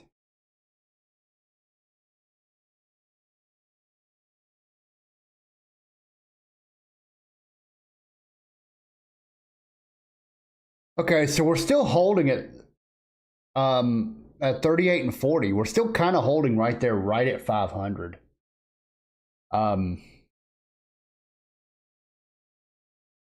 So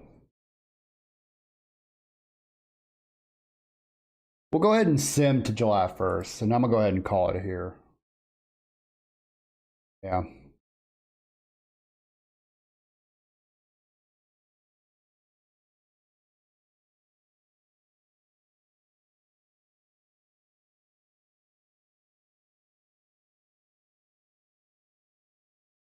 Oh, Harold Rivas, one of our top prospects, had 6 hits. Oh, Gabriel Davalillo, still raking, had a big week, putting up big. He's hitting 300 in Double A. So I wonder if that'll lead to him getting called up. Let's just go ahead and finish June.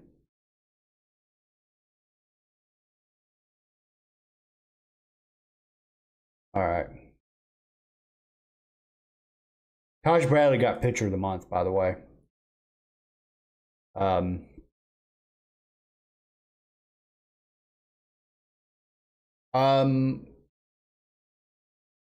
We've got some contracts expiring. We'll see if they need to be and then Luis Nesta is the 7th overall prospect now. And let's look at the minor league system. We have the 3rd overall system now. We have the 3rd overall system. Don't know how far that gets us, but Jackson Flores, the number 1 prospect.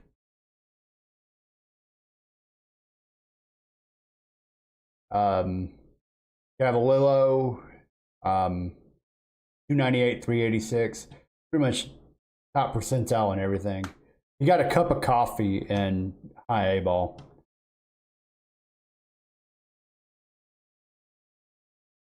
Riley Quick, 283. And DeCaro, very strong record in Double A in his first professional season. And then Cologne, high A ball, has an ERA of 191. All right.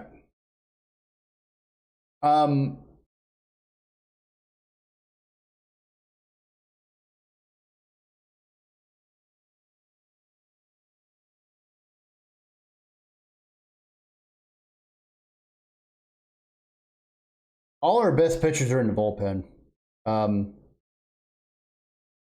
Debbie Matthews, Simeon Woods, Richardson have both struggled a little bit in the last little bit.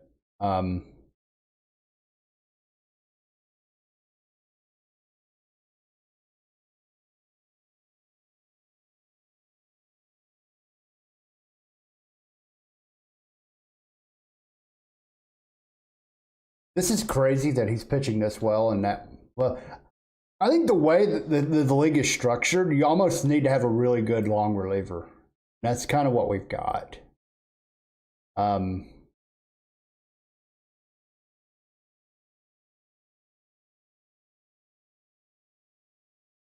Abel has struggled a little bit. He had a really bad outing. That's what it was. If I've got anybody I can bring up to replace him, I probably should. Let's look. I'm gonna take a look at our farm system. Look at my short list. See if I need to take anybody off the short list. Oh, there's a couple. Oh, there's quite a bit. Harris, Pineda. Actually, here, let me go ahead and unlock these guys.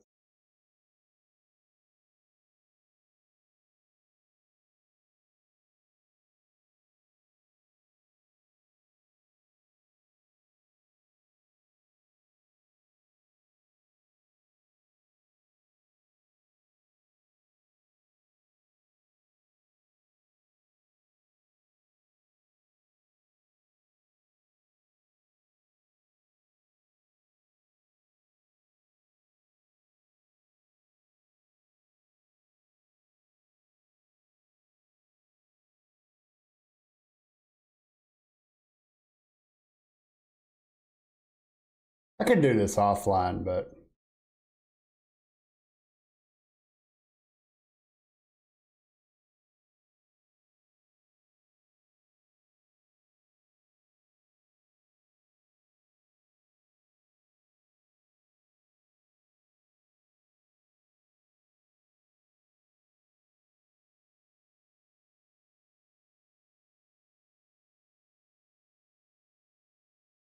and Bo Peterson is shot down a little bit.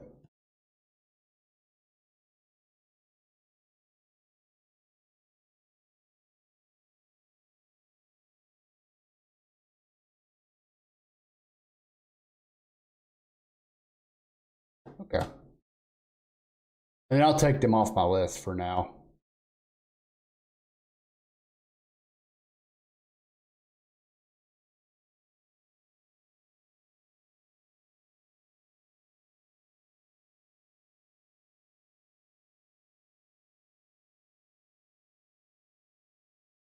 There we go. Okay.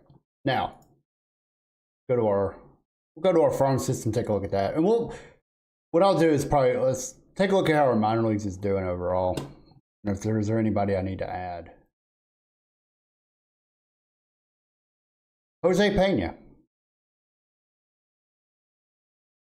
And Serrano.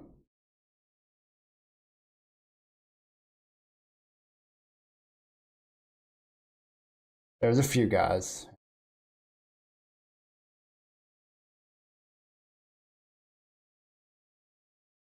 Prospect. And I'll make sure. And then what I'll do is go down to AAA. Actually, go here. Unfortunately, with this one, let's go to the ratings. I'm just going to go.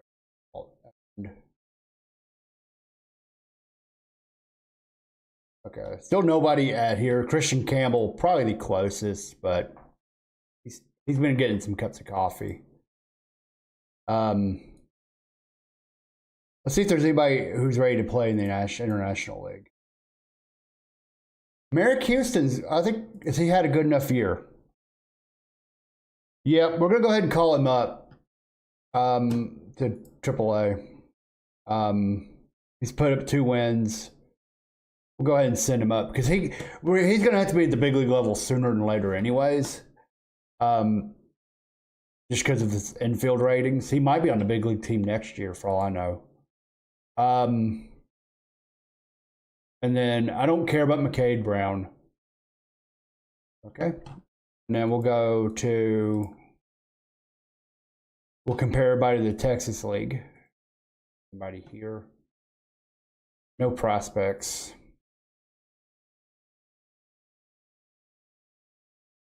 And we'll compare everybody to Florida State League. Down in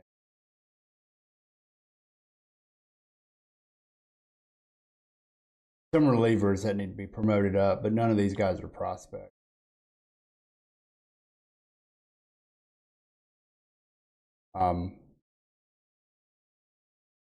Okay, so we promoted a couple guys. Looking at the teams, it looks like the A-ball team's not great. The Double-A team is absolutely raking. They're better. 46 and 22. And they might get, oh, Sean Keyes is ready to go. No, wait, International League. Maybe not. Maybe not. That must be a little tougher. Yeah. He still had 24 home runs. And Davalillo, heck, he's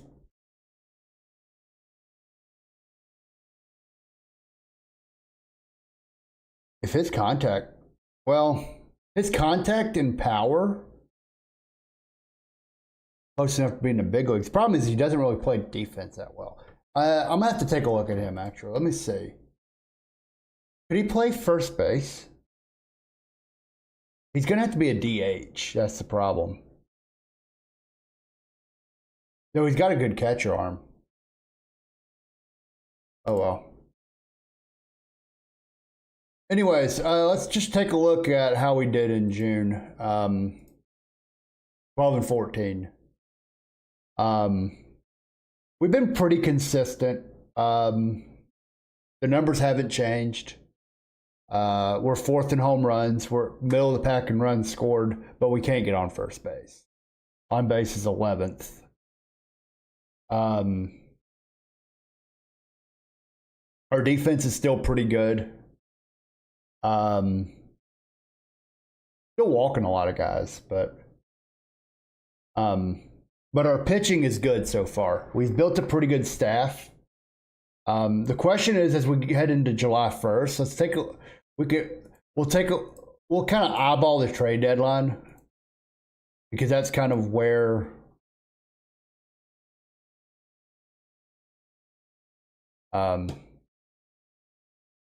well,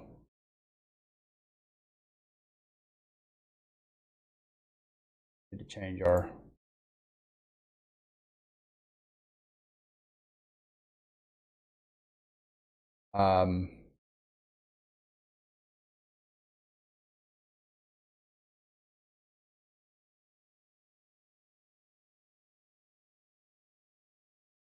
yeah. Unfortunately, it looks like Alvarez is out, Sonny Gray is out, but they're out for only a week.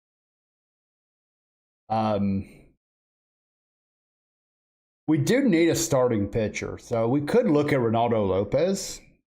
Seems like the Braves have given up on him a little bit, so we could have him for next to nothing.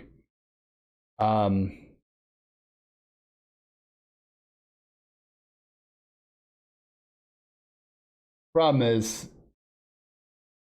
all his metrics are bad. Or even like a Chris Bassett, a little better.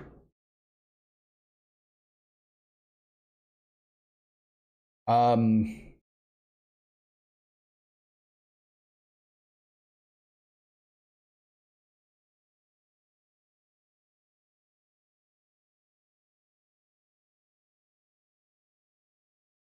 mean, that's just an expensive version. That's actually an expensive, shittier version of Kreidler.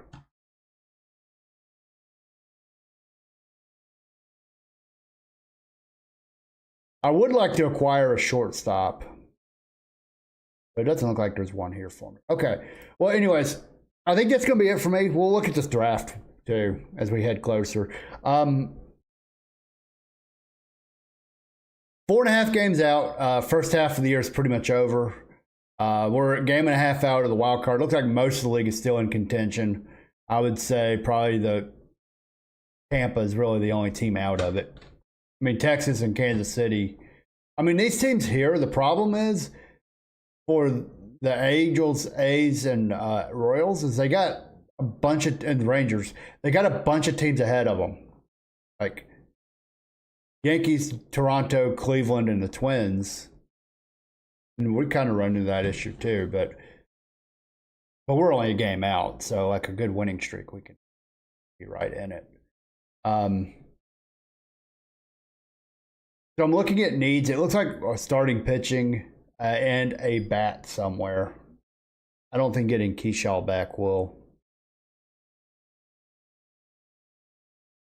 be the be all end all. I mean, if we get a couple guys hitting, that would solve it too. I mean, Byron Buxton's hitting 162 on the year. But he's hitting the ball hard. It's just, for whatever reason, he's just not making contact. That's really what it is. He's not making contact. He's very unhappy. He could be a trade candidate too. He's a free agent after next year. But I'm gonna get on out of here. Thank y'all for hanging out. I'm gonna go grab some dinner. I'll see y'all. Let's see. I think I'm gonna stream it Sunday. I like to stream on holidays. Sunday's Easter. I might just pick this up Sunday. We'll do the draft. We'll see. I might do the draft before then. I don't know, but that's the next big thing I'm doing. I'm getting kind of hungry, but I'm gonna get on out of here. Y'all have a good rest of the night. Thank y'all for hanging out.